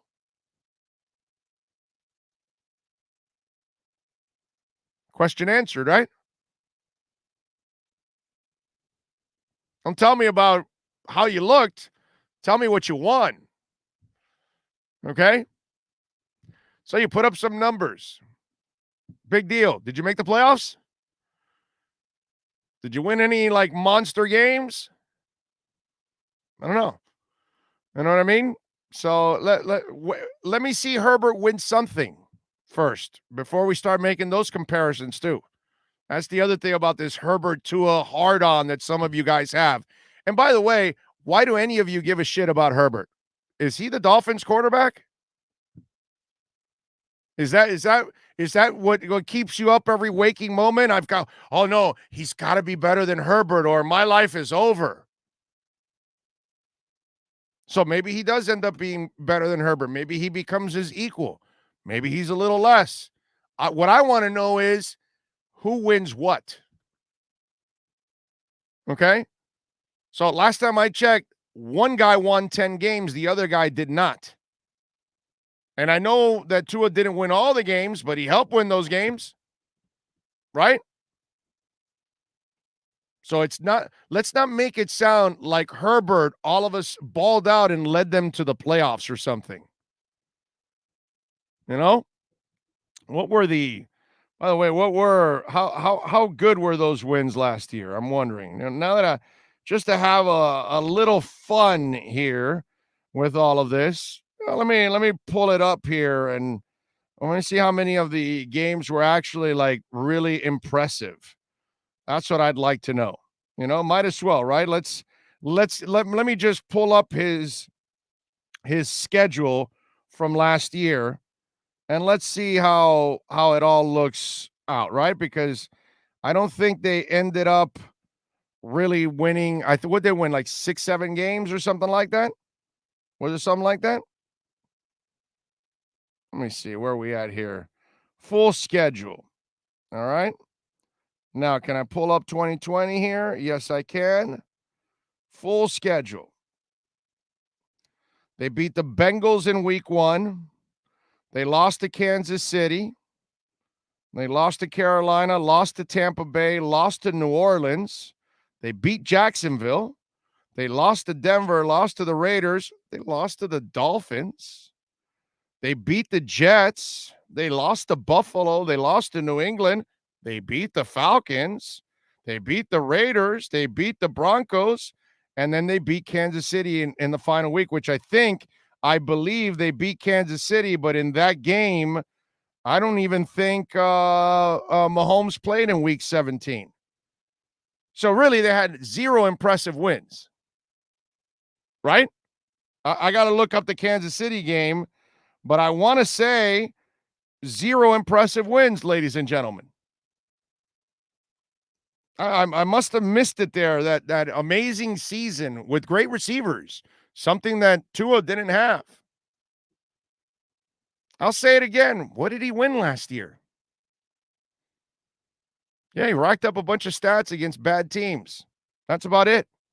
He had the talent, and God bless him, he played well, but let's not make it sound like, oh my God, he balled out and he was beating these great teams and all this kind of stuff. He wasn't beating great teams. Last time I checked. See what I mean? So that's where we got to kind of, maybe slow the roll, as they say. Here, I'm going to look it up now. I'm looking up their game against the Chiefs. Chad Henne was the quarterback. He beat Chad Henne and the Chiefs. Not one quality win. Not one. And he lost to the Dolphins. Not one quality win. Okay? I mean, listen, if you guys want to keep listening to all this mental masturbation and all that stuff, go ahead. Knock yourselves out, bro. Knock yourselves out. But if Tua's in the playoffs and Herbert isn't, that's all I need to know. And last year, Tua was on the better team. I actually had better wins than he did as a quarterback, right? Because that kid didn't have one real quality win. The wins they had were against all the shitty teams on the schedule. They lost to all the good teams. I don't know. I'm sorry. I must miss all of this that people, but again, you want to phrase things. You want to, oh my God, he was so great and all that. Yeah, he put up great stats. Against what? What did it mean? You know what I mean? It's, again, I'll go back to 17. And I know it seems like I'm always picking on him, but he's so average. So 17 has this monster in the backfield, right? And everything's going well. But when it doesn't, does he elevate people? No, he doesn't. And the last 2 years, they get to the playoffs, they shut down Derrick Henry, and then what does Ryan do? Does he elevate them? Does he take them to a next level and says, oh, F it, bro, the running game ain't working? I'll lift this team up like a Brady's done, like a Russell Wilson's done, like the really good quarterbacks. If something breaks down and they're like, no, F that. We're going to find a way to win this game. Does he do that? No. So let's slow the roll down with the Chargers. Yeah, he put up stats. For what? For what, bro? What did he put up stats on? On shitty teams? Okay, great. Pat in Asheville says, Herbert had a great tight end set of receivers. Tua was throwing a ham sandwich at the end of the season. I agree. But in the end, he didn't win anything big. It wasn't impressive wins against any teams. And I just gave you his entire schedule, and it's not impressive. I'm sorry. Who cares about Herbert? The only thing I care about is the Super Bowl. Amen to that, dude. Amen to that. Okay. The Hawaiian fever has hit the Dolphins, and it feels good in South Florida. Tua continues to balance Miami's offense and is getting stronger at creating plays outside the pocket. Let's see. Lee Panthers are not doing that trade. Okay. Mike Pulisic says, plus Tua was in a playoff race. Herbert just asked to throw all day. Big difference. What about Herbert got shut out against the Pats? That's what I'm saying, dude. It just, numbers and mental masturbation and, stuff like that. Tua completed 15 of 25%, 60% for 169 with 2 touchdowns, no turnovers, in a 29-21 win for the Dolphins over the Los Angeles Chargers at Hard Rock Stadium. Yep. Again, Tua actually had better wins against better quality teams than Herbert did all last year. The Los Angeles Chargers and Justin Herbert lost every big game they had last year. Say it with me. Herbert and the Chargers lost every big game that they were involved in last year. They needed to beat former Dolphin Chad Henne and the Chiefs at the end of the year. That's their biggest win of the season. Shout out, Big O. D. Hesse says, discovered you on the Dudley Do Wrong stream. Love what you preach. Appreciate you, sir, for joining the show. Thank you. NorCal says, Big O, Malcolm Brown was stuck behind Gurley in L.A. Do you see him winning the starting job at some point during the season? I think he's going to go nuts. We'll see, man. I've always viewed him like an average back. Maybe this is the stage he needs to break out. I'm not exactly sure, NorCal. I am going to tell you that I have developed a little love for Myles Gaskin. I got to admit that I am rooting for the guy. But listen, in the end, I root for that logo. So whoever the hell can actually be the number one guy, it doesn't matter to me. I'm going to be rooting for him. You know what I mean? But if Malcolm can do it, God bless him, man. Go for it. Don't forget Andy Reid didn't let Tua get the ball back in our game here at the end. Yeah. Remember, that was respect, dude. Who said that? Jonathan Jensen. Dude, I love you. Love you. That was great freaking point on your part. When Andy Reid did that, I remember I was talking about that in our post-game show, in which, remember, this year we're going to be at Sports Grill in Miami Lakes or in Bird Road, half a season in each one. When we make the playoffs, we'll be at the Sports Grill in the Doral City Center. It should be done by then. So we'll do the playoffs at the Doral City Center, but we'll do we're making the freaking playoffs, okay? And so we'll be doing the post games there. But I remember talking about that. That was a huge respect move by Andy Reid. Great memory on your part, Jonathan. That was freaking strong, dude. Richard says, Joe Montana never put up huge numbers. He was pretty good, though. LOL. There were times he put up some huge numbers. But he was clutch, man. That's the thing. Montana would burn you, bro. Montana was money. When you talk about a money player, that's as money as it gets. I know he had great receivers and all that, but that guy was a money player, dude. Teams win Super Bowls, not just the QB. Amen. If not, Marino would have won 10 of them. Right? We're the ultimate example for that here in Miami. Marino would have won 10 Super Bowls, dude. Going to carry everything by himself. Preach it, Big O. Tune-up time. 2022 is title time. Say it with me. 2021, tune-up. 2022, title. Big O, I joined you late. If you already talked about this, ignore it. What is your dream trade situation for X? Dream trade? 67 first-round picks over the next 10 years. That's my dream trade. You want me to dream, right? I can dream. I have no idea, dude. You dream about Halle Berry. You don't dream about trades. Let's see. Tua also started less games than Herbert did. Yeah, you're correct. I mean, listen, man, I'm not here to make any excuses. I just think I just think they go too Cuban on Herbert. And I can say that because obviously I have a Cuban background with Cuban parents, even though I'm born in this country, but I have Cuban parents. And so what I mean is, Cubans have a tendency of exaggerating things. And that's the problem with the Justin Herbert thing. They exaggerate. Oh, he had a better year than Tua. He threw all those. Just tell the next time they tell you, they go, yeah, and what were his signature wins, by the way? And then you'll hear him go, and you go, oh, you don't know, right? Because there weren't any. He beat Chad Henne. That's his signature win.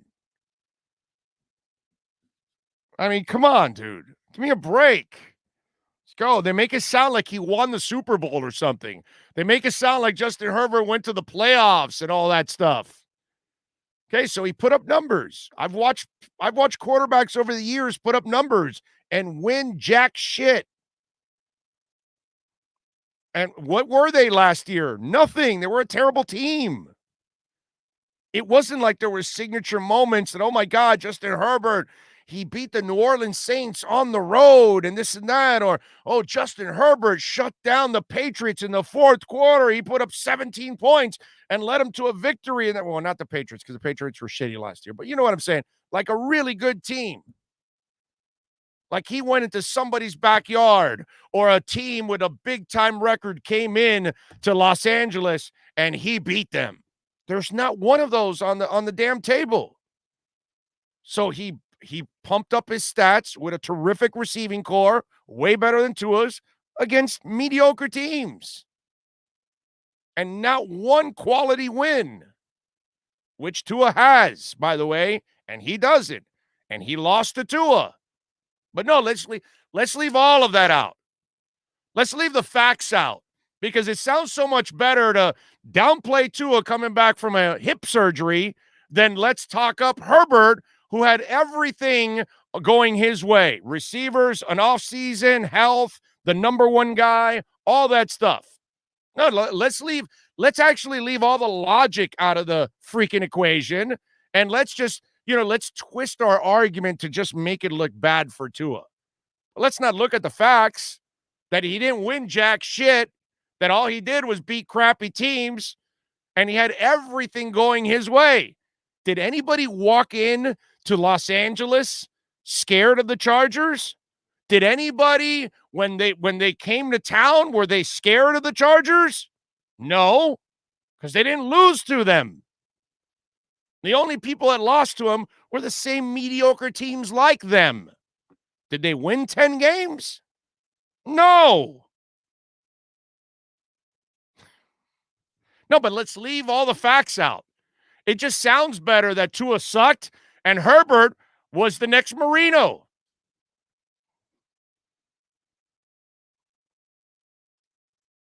Tere. I don't know, is that how it's pronounced? Dolphin in Canada, he says. Start with Big O, and CFL starts in a week. 3-down football. Warren Moon, Flutie, Salisbury, Garcia, etc. You're forgetting Theismann, bro. Theismann. But you are correct, sir. And don't leave Mark Dixon out. Don't you ever do that again. Okay? Don't you ever leave Mark Dixon out. All right? Let's see. What else do we have here? Peeps don't remember the 70s QB challenge on Monday Night Football. Andy Reid, fat high school kid. Yeah, that is a funny picture, dude, because he's like the Chinese female basketball player that we talked about last week, who's 14 years old, and the lady is 7'2". That young lady is 7'2" at 14 years old. And you watch the games, and they're a joke. I mean, seriously. It's crazy. What else do we have here? Tua will win more games than Herbert and will take us to the playoffs with the 12-5 record. I like that. Chargers had more talent last year than the Dolphins had, but Tua still managed to win more games. It's not like Tua was playing with a Super Bowl squad. Hey, let me live in peace. Don't bring the facts to the table. Okay? In this world, they don't want to hear about facts. They want to just make shit up to make it look like it was the worst in the world.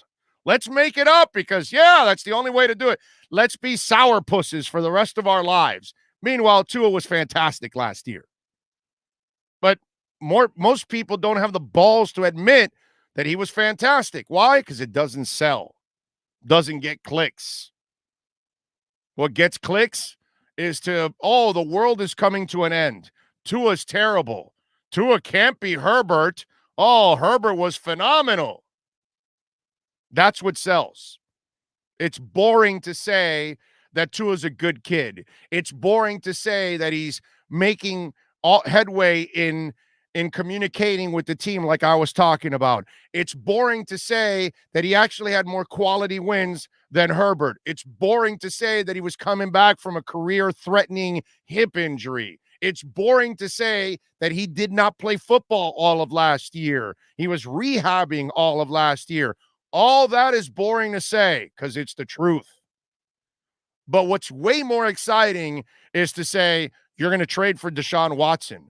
You're still looking to trade for Aaron Rodgers. No, they might trade for that guy or this guy. Oh, they got to trade him because Herbert is better. That's what sells. Sensationalism or complete bullshit, however you want to look at it. Because it's all it is. It's complete BS. None of it is true. Not one damn thing is true about it. But it sells. It sells. Chaos sells. Drama sells. Right? Train wrecks sell. Oh, no, X, he's pissed off with the team. Let's not leave out the fact that the Dolphins gave him the contract. They did their job. They gave it to him a year before it expired his first deal, which shows a lot of respect. Let's not leave. Let's leave out that the Dolphins stood by him during the whole domestic issue. All right, let's leave out that the Dolphins gave him a big-time contract with several knee scopes that plenty of writers locally questioned the deal because of the knee surgeries. But let's leave all of that out. No, he's pissed. The Dolphins should take care of him. Of course. No, let's leave the facts out because the Dolphins are such bad people. Oh, my God. They disrespected him. They drafted him in the second round when others passed him up twice. Oh, the Dolphins are so disrespectful. Oh, they paid Byron Jones because they have to overpay. But X didn't even know what he signed for, and he also didn't realize that in free agency, everybody gets overpaid. It doesn't matter who you are. If you're a big-time player, you're up for free agency, and you're going to have bidders, somebody's going to overpay for you. Now, if you've had a disappointing career, you haven't lived up to your expectations, you're Emmanuel Ogbah. You have to sign a different kind of deal. But in his case, Byron Jones, he turned out to be a fantastic player for the Cowboys. He gets on the open market, he's going to get overpaid. I mean, wasn't Kirk Cousins has been overpaid now for years since he left Washington. Overpaid. But that's the game, dude. His contract was better than Drew Brees's and others, and then they passed him because he set a standard. But no, let's leave out the facts. Why are we going to talk about the facts? X doesn't care about the facts because he doesn't know the facts. He doesn't even know his own damn contract.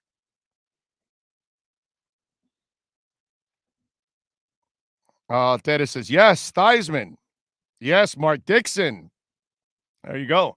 And Cam Wake. And Milton Munoz put Cam Wake. There you go. Smash the like button, Ian says. That's right, ladies and gentlemen. Smash the hell out of that like button. All right?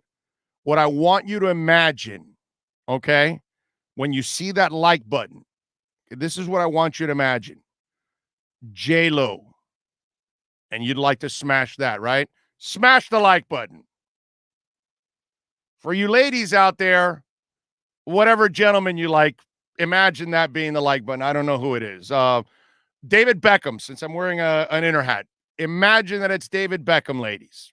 Or guys out there. I mean, listen, AM/FM 8-track cassette, it's all good, bro. We're all good. Would you rather be 72 or 5'2"? 7'2" or 5'2"? Wow. That's a freaking great question, man. That is a great question. 7'2" or 5'2"? That is a fantastic question. Wow. Because both are a pain in the ass, right? I just think that at 5'2", you'll have a chance to live longer. That's what because those really, really tall people, they put such a, burden on their bodies, and everything's so difficult for them. and they usually end up, I hate to say it, but a lot of these really, really tall people end up passing away at an earlier age. So I'm going to go 5'2", only because I think I'll live longer. Okay? That's it. That I would lean to that. I wish Burrow and Herbert every success, just want Tua to shine. Cam Wake, best ex-CFLer ever on Miami. Mark Dixon was a scrapper. David Overstreet, ex-CFLer, RIP. Dude, Mark Dixon was a badass, bro.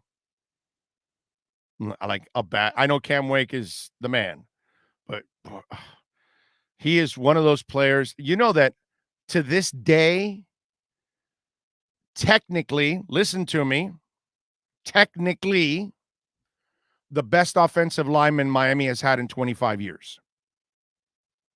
Okay? Listen to me. Technically. I'm not telling you the best lineman. I'm not telling you the most talented lineman. I have never seen a guy so consistent from down to down like Mark. I'm getting goosebumps.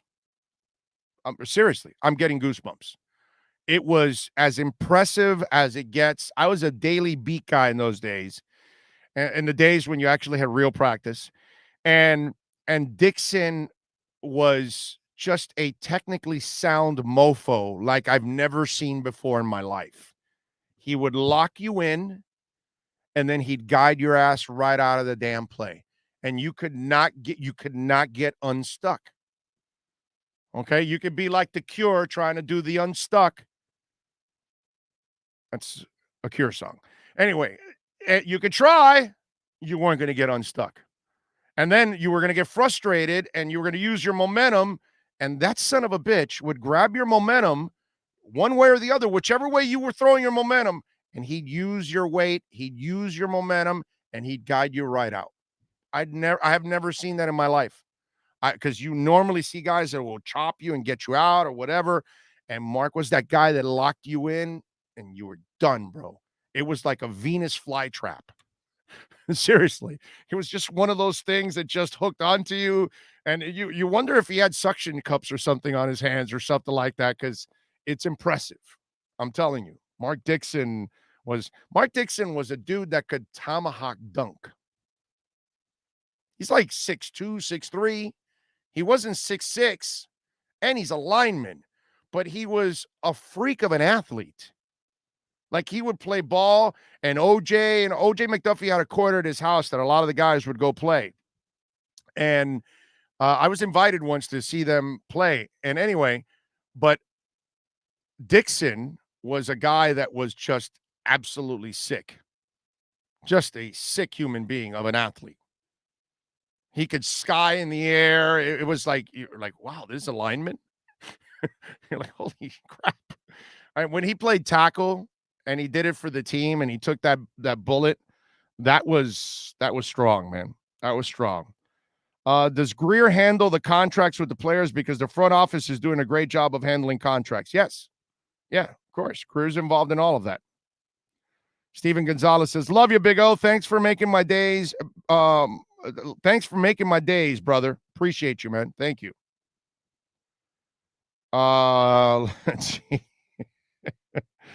What else do we have? Check out the new exterior helmet padding they are wearing to practice. Weird look, but good idea. Okay. Steven Gonzalez says, I hope I sent it to the right Cash App, brother. As if it's Cash Big O Show, you did it. Cash Big O Show. That's it, my man. Cash Big O Show is the place to go. I can tell you. I haven't even checked it yet, but I can tell you, my friend, if you did get it right. Let's see. Here. I don't see anything, Steven. Uh-oh. I don't know, Steven. I don't know if you didn't send it to Cash Big O Show. I think you gave it to somebody else. Cash Big O Show. I don't know. Maybe it hasn't updated here or something like that. Maybe that's what it is. I'm not exactly sure, but at least at the moment I don't see it. So Maybe you did, maybe you didn't. I'm not exactly sure, my brother. Mike No Go Zone says we live in a clickbait world and we're all guilty of enabling it. Amen to that, dude. Amen to that. Jamie Nails, big O. Tim Ruddy. I like it. You guys are bringing back the classics. And Jamie Nails was a really good dude. Tim Ruddy was the best. Okay. I'm not saying like a player. He was a solid player, but Tim Ruddy was one of the funniest dudes I have ever met in my life. Now, every time you heard him do something with the reporter, he was boring as hell, but he did it on purpose. Remember, he's a Notre Dame guy. Super smart. He's playing chess while we're playing checkers.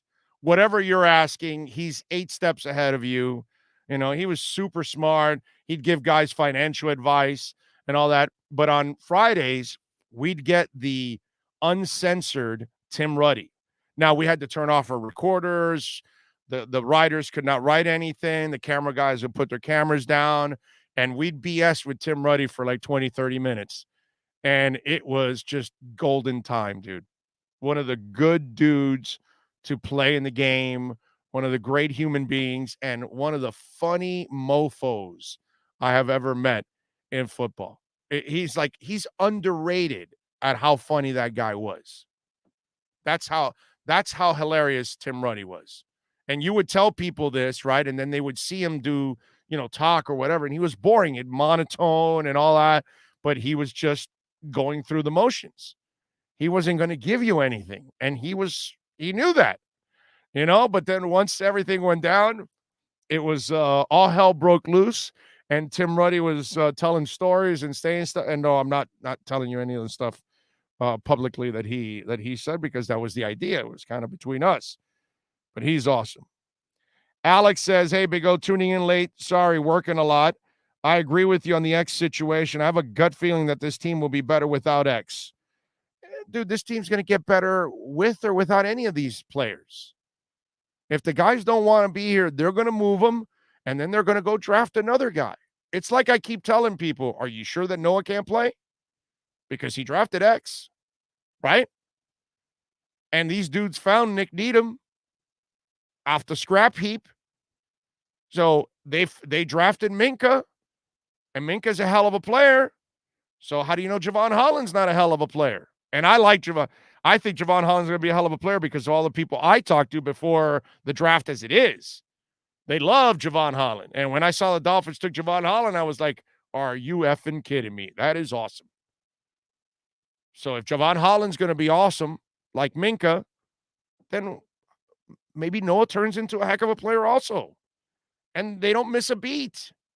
Who knows?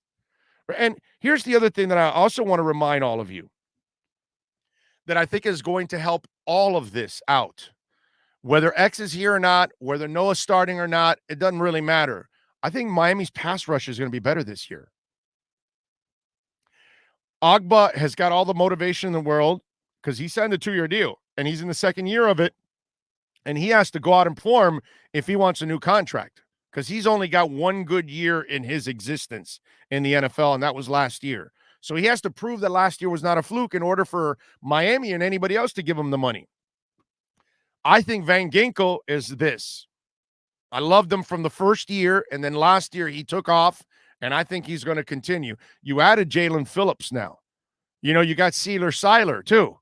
I mean, you start looking around, and I think Christian Wilkins will get a little better this year. You start to look at what they have on that D-line, and they've got several guys now that I think they're going to be even better at getting after the quarterback.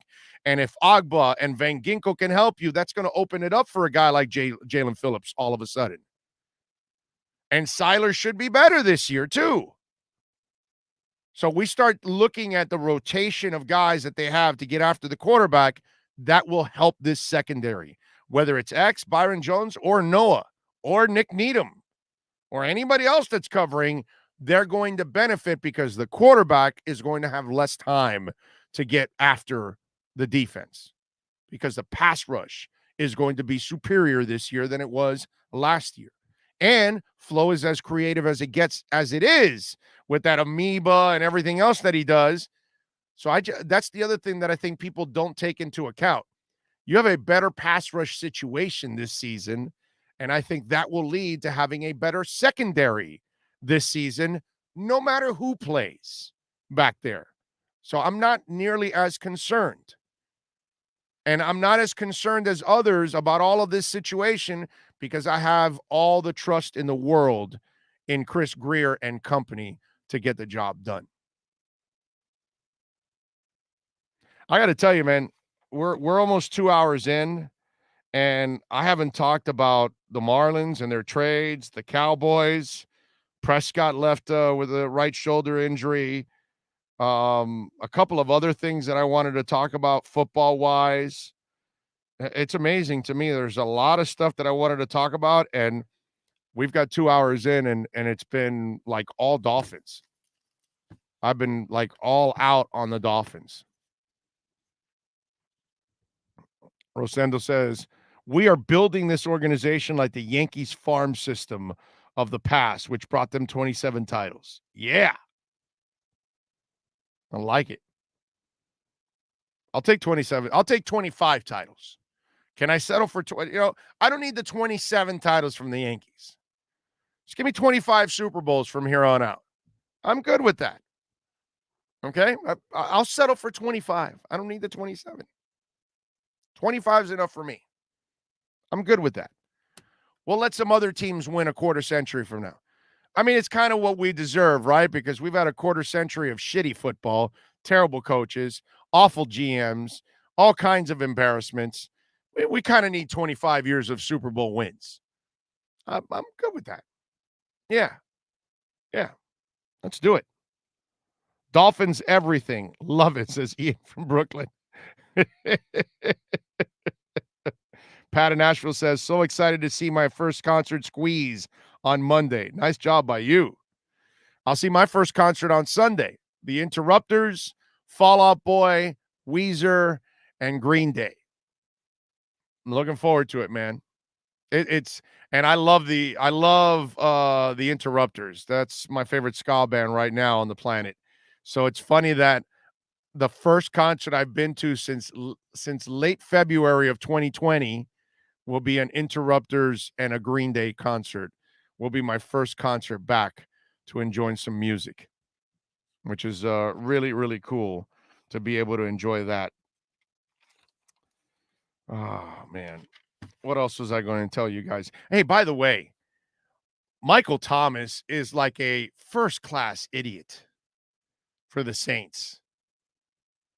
I mean, seriously, he's been known as a jerk as it is. And I don't know if you guys saw the press conference with Sean Payton. So the dude needed ankle surgery and ends up getting the ankle surgery in June.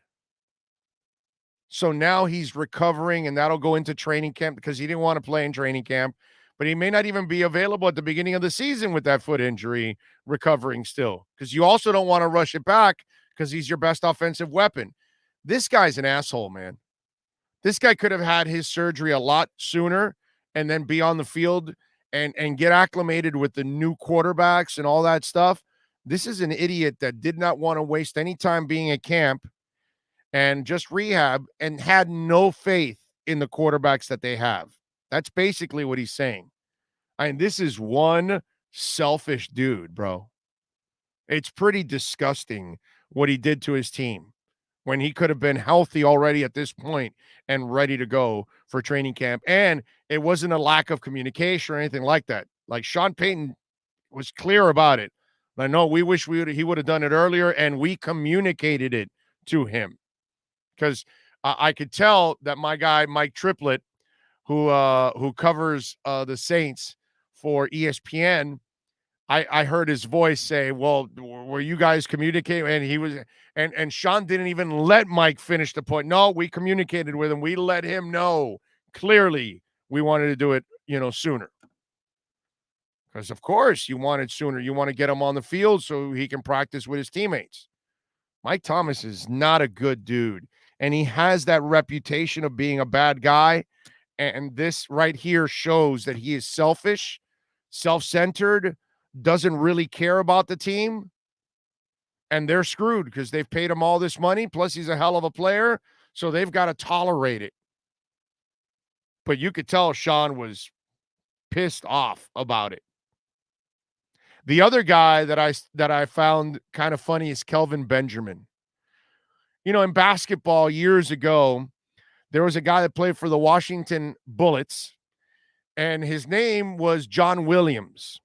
Now, John was a big guy, and John liked to eat a lot, like yours truly. And he gained a lot of weight, like yours truly. And so John ate his way out of the league. He ate his way out of the league so badly that they called him Hot Plate Williams. That was his nickname, okay? So Hot Plate eats his way out of the league, and we have another hot plate, in football, and his name is Kelvin Benjamin. Now, Kelvin Benjamin came out of FSU as a wide receiver. And remember, he got drafted by Carolina, and then he took shots at Cam for his accuracy and all those kind of things. But it's funny how he would take shots at Cam for his accuracy, but doesn't take shots for his laziness at himself. So he ends up kind of eating his way out of there too, because he ended up gaining some weight, and he was an even bigger receiver than he already was. So now they give him a shot at being a tight end. Okay? Because he's too big to be a wide receiver. So now Kelvin Benjamin is getting a shot as a tight end with the Giants.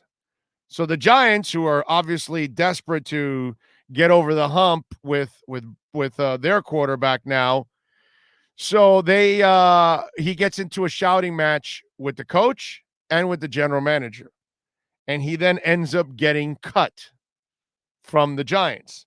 And we're talking about a guy that, this is probably your last chance. So the Giants moved the big size wide receiver over to tight end. But they had a crazy scene, according to Steve Politi, on the first day of camp. Benjamin had a heated conversation with Joe Judge and Dave Gettleman before storming off the field. After the storming off the field, they end up cutting him in the process. And this is one dude that clearly is not very smart. Not disciplined at all, not smart, lazy, doesn't get it. And here he is arguing with the GM and the coach, and he's got to know that this is his final go. And yet he's not smart enough to figure that out. But here's Kelvin Benjamin eating his way out of the league. Goes from wide receiver to tight end, and now can't even stay on the field when it's all said and done. Kelvin Benjamin. What a piece of work, dude. Or a piece of whatever you want to call it. What else do I have here that I wanted to talk about in the process? Aaron Rodgers. I got to say, Aaron Rodgers yesterday, that was kind of a respectful rip job of his front office. And if it's all true, which it seems like it is, they mishandled everything with that guy. How would you not include him in your decisions? You're not including him because you don't want him part of your future. That's why. But a lot of the stuff that he talked about made a lot of sense. You're not a sexy destination for free agents. He was willing to help you recruit those guys.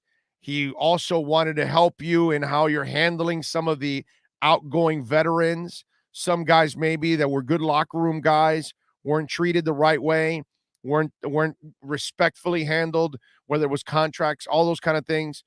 This is the kind of guy you want to, and don't give me this crap about he's a complicated fellow. I get that he might be complicated, but you guys are unproven and haven't done anything.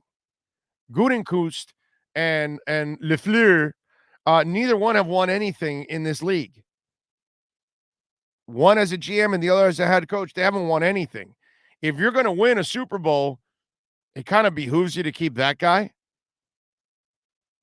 Jordan Love better be like an absolute freaking stud, because those guys will not last longer than 2 years with Jordan Love screwing things up.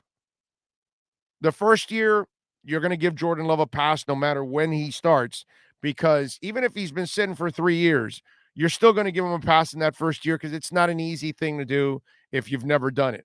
But by that second year, if he doesn't show incredible growth and he looks like a poor decision, he's going to be out, and so will those other two guys. And I got to say that what he was talking about yesterday, I don't think it was something that was unreasonable by any stretch whatsoever. In fact, I think he was trying to help you in that situation.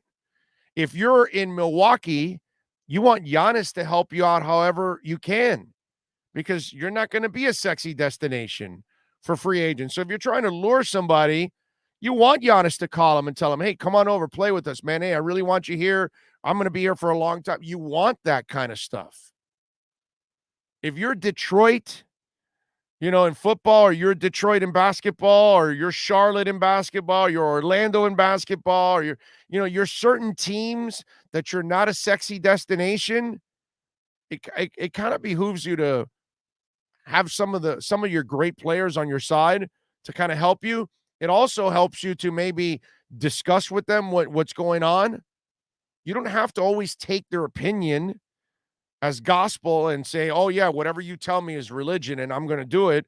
But at least you give them the opportunity to give their opinion. Maybe they enlighten you with something. You just never know. So to me, I found it kind of funny that you would not include Aaron Rodgers in some of your decisions. And I get the attitude that football has with its players, but the quarterback position, if the guy's special like that, I think that like I told you, some of these guys get out of line like X is doing now, man, trade him, move him. You could go find another guy. That's not going to be impossible to find, another quarterback. You're going to be able to find it. I mean, cornerback, but quarterback, that would be a whole different ballgame. That I would tell you that, you better be careful there. Mark Walton wasn't smart either. So much potential. I'm now at the point where I feel sorry for Mark Walton. I don't think Mark Walton is healthy here, bro. I don't think it was anything about smarts. I think I want you to go look up Mark Walton and Pizza Hut. Do me a favor. Go look at Mark Walton kicked out of Pizza Hut. I want you to look at that video and tell me if that doesn't look like a man that seriously needs help. It will answer everything that you've seen about Mark Walton. And it wasn't done out of stupidity or that he's a flat-out criminal or anything like that. When I saw that video, I just felt sorry for the young man. I felt sorry because he needs serious help. Serious help, folks. I'm telling you. Go look at that video, and it will change your opinion of why Mark Walton is or became what he became the last couple of years and had all the weird stuff go on that's either criminal activity or what. But I think you will understand everything after you watch that video.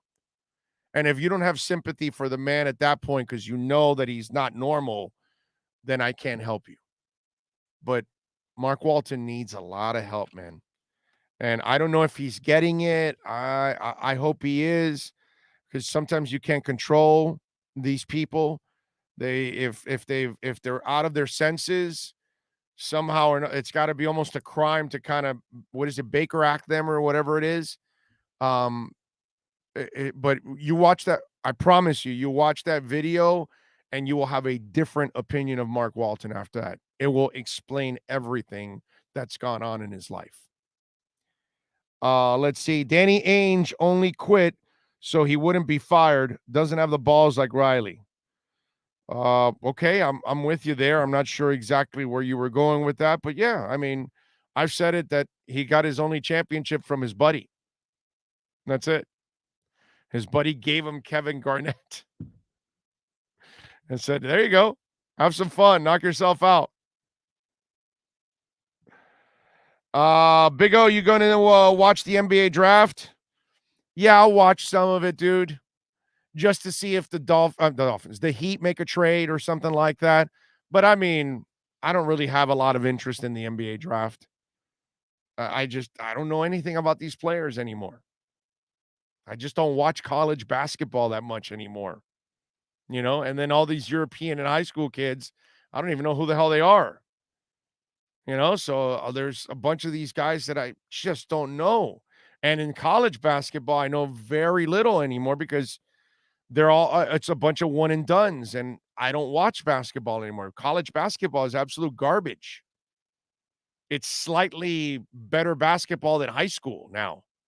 It's not what it used to be. There are no stars anymore in college basketball. College basketball to me is a joke nowadays. So that's why I've lost so much interest in the NBA draft. I just wait till they get drafted and then I start watching them in a Heat uniform, and then I'll start deciding and determining what they are at that point. But I don't get excited about college players because we know nothing about these guys anymore. So, yeah, I'll be watching. The Marlins are off tonight. Tomorrow they start the set with the Yankees. So I got no baseball to watch. And they made a couple trades too. Michael Thomas is a younger version of Antonio Brown. There's always somebody in the league who has kept that diva queen, selfish player trend alive and going. He's a bad dude, bro. He's okay. He's not worse than Antonio Brown off the field. I think he's worse than Antonio Brown on the field. How about that? I don't think Antonio Brown would wait till June to have an operation. You know that? I think Antonio Brown would have it early in the offseason because he likes to practice. He likes to play the game. So I think it would mean something to him to have it earlier because he actually likes to play the game. That's where I kind of differ with you on that. Yeah, they're both idiots and all that kind of stuff. And, they're kind of cancerous to your team, and the best way to have Antonio Brown in the fold is kind of the way Tampa has him. That you're like, yeah, you're not one of our main guys. And, nobody's really giving you a lot of money, but we'll give you some money and you can come play with us. Plus, he likes Tom Brady, so it kind of keeps him in check a little bit. He has a shot at a title, so it keeps him in check. What you can't do with Antonio Brown is give him a boatload of money and make him your number one, which I know he's talented enough to be a number one, but he can't handle being the guy because then he becomes crazy. But this way, the way Tampa has him kind of on a leash, makes a lot of sense, actually, because he really can't screw up too much because then he's gone. And if he's gone, this is the only opportunity he's going to get. Nobody else wants to deal with his crazy ass. But I'll say this. I'll give Antonio Brown this credit over Michael Thomas. He truly likes to play the game. He truly loves to practice, and he would not do that to his teammates. Strange as it sounds, I have more faith in Antonio Brown handling that surgery situation better than Michael Thomas. How weird is that? But that's kind of what I've seen from him. Who would win the Big O hot dog eating contest? 1, Hot Plate Williams. 2, Sean Kemp after quitting the NBA and cocaine. I threw the cocaine part in there. 3, Mama Cass. She might choke on it.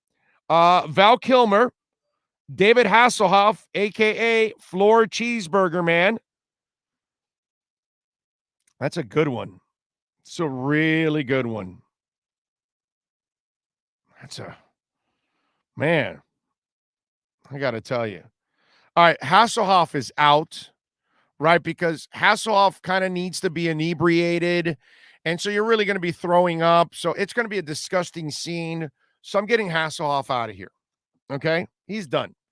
Now, Val Kilmer has pumped up like a ballpark Frank. There's no doubt about that. And Mama Cass, I'm taking her out because I'm afraid she may choke on one of the hot dogs. And I do not want to be liable for killing Mama Cass a second time. Okay? I did not, have anything to do with the first time that she passed away. And supposedly she didn't really choke on the ham sandwich, but what the hell? But just in case, just to keep the legend alive, I don't want her choking in front of the audience. So, again, the drunk Hasselhoff is off the air because it would be disgusting. He'd look like the Exorcist, just vomiting all over the place. Mama Cass is out because we just don't want to see somebody die on the screen. So now we're down to Hot Plate Williams, Sean Kemp, and Val Kilmer. I'm going to have to lean to Sean Kemp because he's no longer doing cocaine anymore. And since and Sean Kemp, by the way, to this day, he is still the oddest coke user I've ever seen in my life, right? Because I'm used to seeing coke guys that are skinny, right? Their teeth are all messed up. They're just like, they're discombobulated, all that. This guy was fatter than a house. So I'm not sure what kind of nose candy he was having. You know what I mean? So it's kind of weird. So since Sean Kemp is the only cokehead I've ever seen to weigh 300 pounds when he was a skinny guy, I'm going to go, because Sean Kemp didn't start cocaine when he was fat.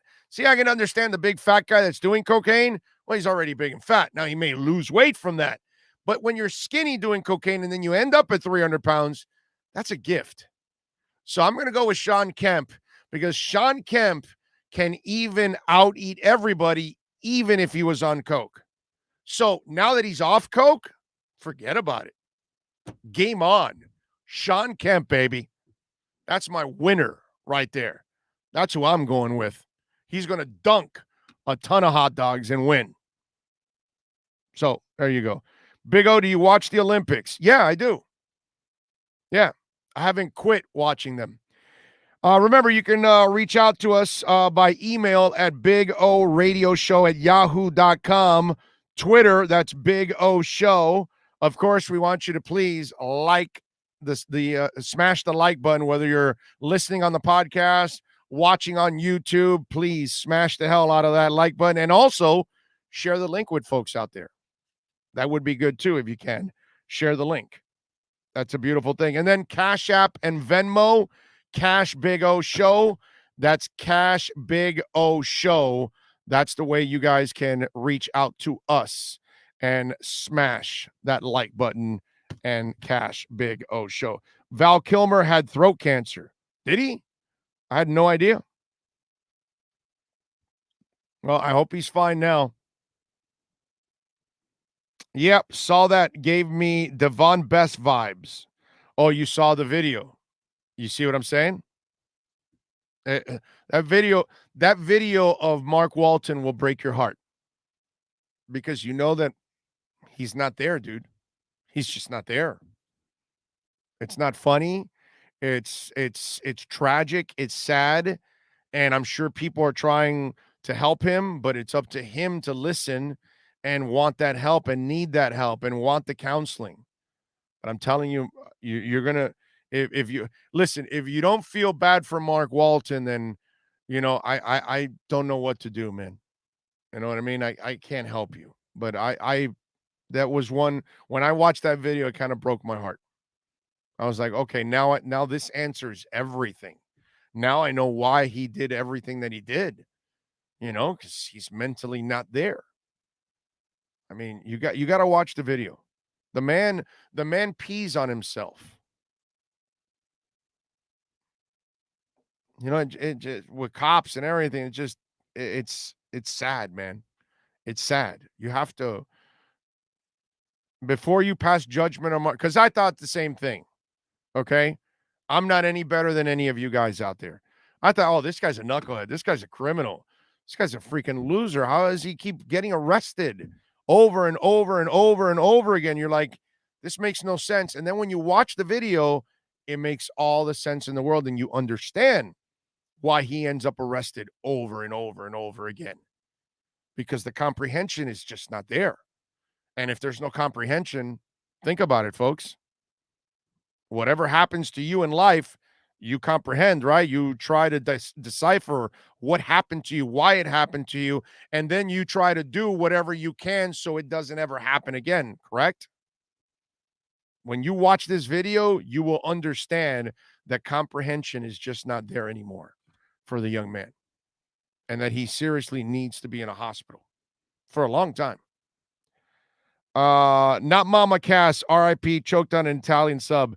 I mean, they swear to this day that she didn't really choke on the sub, that she had, I think, a heart attack or something like that. Uh, but whatever, whether it's true or not, who knows? Saw you on Dougley last night. Love your show. Subscribe last night. Thank you, Craig. I appreciate all of you that caught us on Dougley's show, and appreciate all of you that are joining us on the show today. Thank you very much. Tomorrow, by the way, Omar Kelly, Dolphins insider, will be joining us, and he'll give us the latest on what he has seen. Remember, Omar Kelly is exclusive to us. You will not hear him on any other local station. You will only hear him on our podcast. Manny Navarro, exclusive to us. You will only hear him here. He will talk Canes tomorrow with us. Next week, Ira Winderman will join us twice a week on Tuesdays and Fridays, exclusively. You will not hear him on any station. And then on Wednesdays, Ira and Clay Ferraro will be doing the 1 hour show between 10 and 11, Inside the Paint, talking all things Heat and NBA basketball. And next Wednesday will be the day after free agency starts. So it's perfect timing, obviously. Draft is tonight. We had Inside the Paint last night. And then also next week, Kyle Krabs becomes exclusive to us here on the station. You will not, on our show, you will not hear him anywhere in South Florida. You only will hear him here, and you'll hear him here every Wednesday at 11:30 in the morning. So we're adding more to the show. So I'm not done yet. We're going to add more stuff, more exclusive material here to this show. So I appreciate all of you out there that continue to support the show over the years. Those of you that have been downloading, and obviously we restarted the podcast in the middle of June, and it has just absolutely taken off. And we thank all of you out there for supporting us the way you have. Juan says Kilmer had a tracheectomy to remove the cancer. It impedes him from talking normally. He has a documentary coming out called Val on Amazon. Really? Wow, that sucks. Terrible. I wish him the best, man. I love watching that movie, The Saint. He did a good job with The Doors also. I thought he did a really good job playing Jim Morrison. That was a pretty cool thing. But the Saint is definitely one that I enjoy watching too. That's one of those that I'm channel surfing, and I run into The Saint. I usually will stop to watch The Saint a little bit with Val and what's her name that she's a total cutie. Damn it, what's her name that her brother also had some fame in the 90s, and oh God, forgot her name. She's got a great smile. One of the best smiles I've ever seen. God, somebody help me out there. I'm brain farting. I'm forgetting her name, man. Damn it. I'm trying to. I can picture her perfectly. Wasn't she in Adventure? Was she Adventures in Babysitting? Right. I think it was her. Right. What's her damn name? Doc Holliday, his best role. Yep, that's right. Doc Holliday. He actually did a really good job there too. He's a good actor, man. Did a good actor. No, not Christy McNichol. No. No. Oh, man. I can't believe that I am forgetting her name. Her brother was on Melrose. Let me see. Elizabeth Shue. Thank you. Thank you, Juan. Elizabeth Shue. Thank you. Damn it, bro. Ah. Gorgeous, too, man. Definitely. So, yeah. I usually watch that. That's one of those that when you're when you're channel surfing, you end up running into it and you're like, okay, I can watch this for a couple of minutes and get by. Why not? Don't forget, folks, you can reach out to us on Yahoo email, Big O Radio Show at yahoo.com. Oh, by the way, it looks like those of you that sent in on Cash App, it did come through. Okay. Just want you to know. Let me see. I'm trying to find it here, but it did come in. Those of you that sent that on Cash App. Let's see. Devin Jordan, thank you, sir, for giving us some love on Cash App. I appreciate you. Sean Campbell, thank you, sir. You're freaking stud again on Cash App. Steven Gonzalez, thank you, sir, for giving us love on Cash App. Ray Grullon, thank you, sir. Cash App. I appreciate all of you out there immensely. That is very, very nice of you all out there for taking care of us the way you have, man. That is super cool. Thank you very much. Let's see, what else do we have? Kilmer was good in Heat also, but that movie was so loaded with great performances, he gets overlooked. He's a damn good actor. Always been a good actor. She's in Cobra Kai too. Oh yes, that's right. That's right. She's the love of his. Well, she's the Karate girl. Yes, exactly. Yes, definitely. I can't wait for the new season of Cobra Kai, man. Can't wait for that. Yo, Big O, will you ever go back to Twitch? Well, we are on Twitch. What I don't do a good job of is actually I see you there, Rasa. Thank you, man. I don't interact on Twitch much, to be honest with you. It's my bad. I got so much to do, and there's so many platforms. At least we broadcast on the Twitch, so I really apologize to those of you that are watching on Twitch, and I may not. But what I have to do, and I got to do a better job, Rasa, is I've got to look at the other chat board that I have here, because that's the one that shows the people that are on Twitch. And the YouTube one does not show the people on Twitch. The other one, the StreamYard one, shows the people on Twitch and the people on Twitter. And I should do that more often. That's my bad. But again, I'm kind of spread kind of thin here at the moment. Once we establish the show and sponsors and everything, and I can have full-time producers and all that kind of stuff that we don't have yet, once we grow to that point, then things will open up a little bit for me, and I can kind of focus on other things. But yeah, right now I'm kind of spread thin since we restarted this thing overall. But I appreciate it, man. Thank you all out there as always. Let's see. Steven says, much love, Big O. Anything for you, my brother. I appreciate you, man. I appreciate all of you out there for reaching out to us, man. What else do we have here that I wanted to share? Oh, we're going to go off football a little bit here, okay? But hang in there with me. If you're a Dolphins fan, maybe you're also a Heat fan. Did you guys see the article about Ben Simmons and mention to the Heat? Now, you got to remember that the Heat don't have a lot of options. They're not sexy. They don't have a lot of people that are interested in coming to them at this point in time. So the few that are out there, you may end up settling for a disgruntled player, which Riley has made a killing on over the years of settling for disgruntled players and trading for those kind of guys. So Simmons now working on his game. 76ers want to trade him, but heading into next season, they don't know if he'll be back in Philadelphia. So Daryl Morey is obviously being coy at this point in time, and he knows he's got to be patient. So all of a sudden now, front runners have emerged, according to Sam Amick of The Athletic. One source close to the situation says handicapped Miami, Toronto, and Washington are the most likely landing spots, which tells me that the offers for Ben Simmons are incredibly weak by other teams that could be contenders. So then all of a sudden, you're looking at these three teams, Miami, Toronto, and Washington, which, by the way, what? None of them are contenders. And here's the funny part.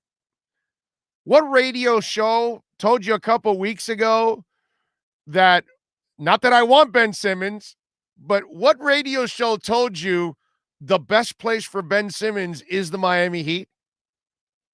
I think it was this show right here, right? You can go back. The podcast is there. It's not going anywhere.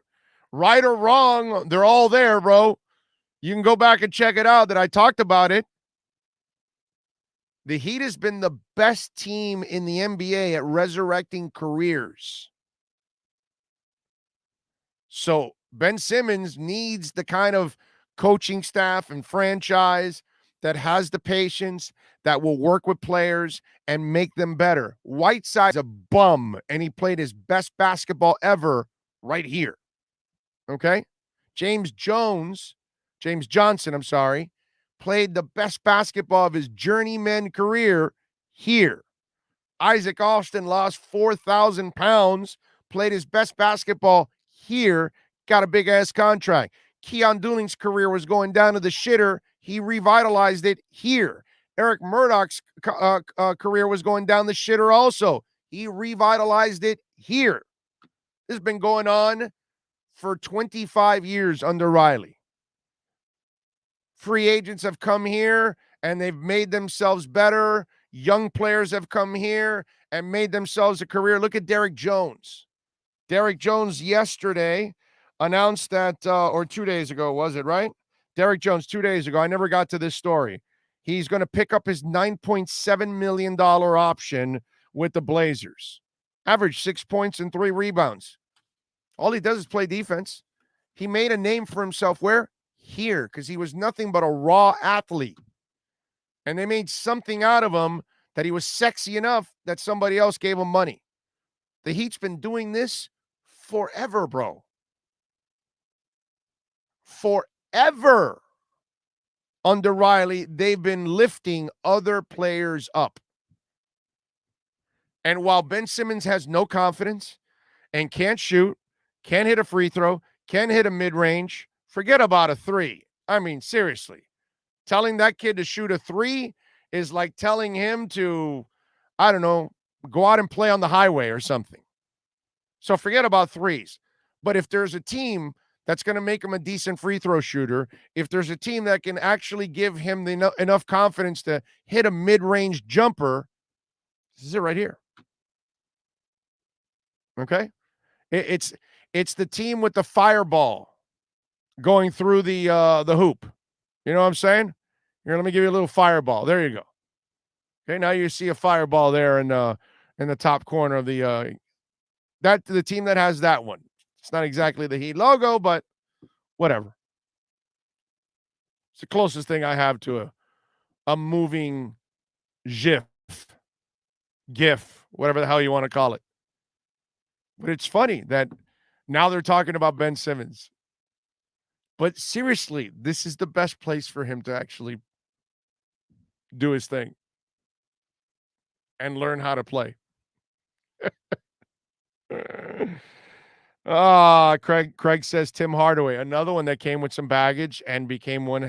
He was already a heck of a player, but he had baggage and he kind of erased it all here. You're right. Danielle says Philly wants too much for Ben.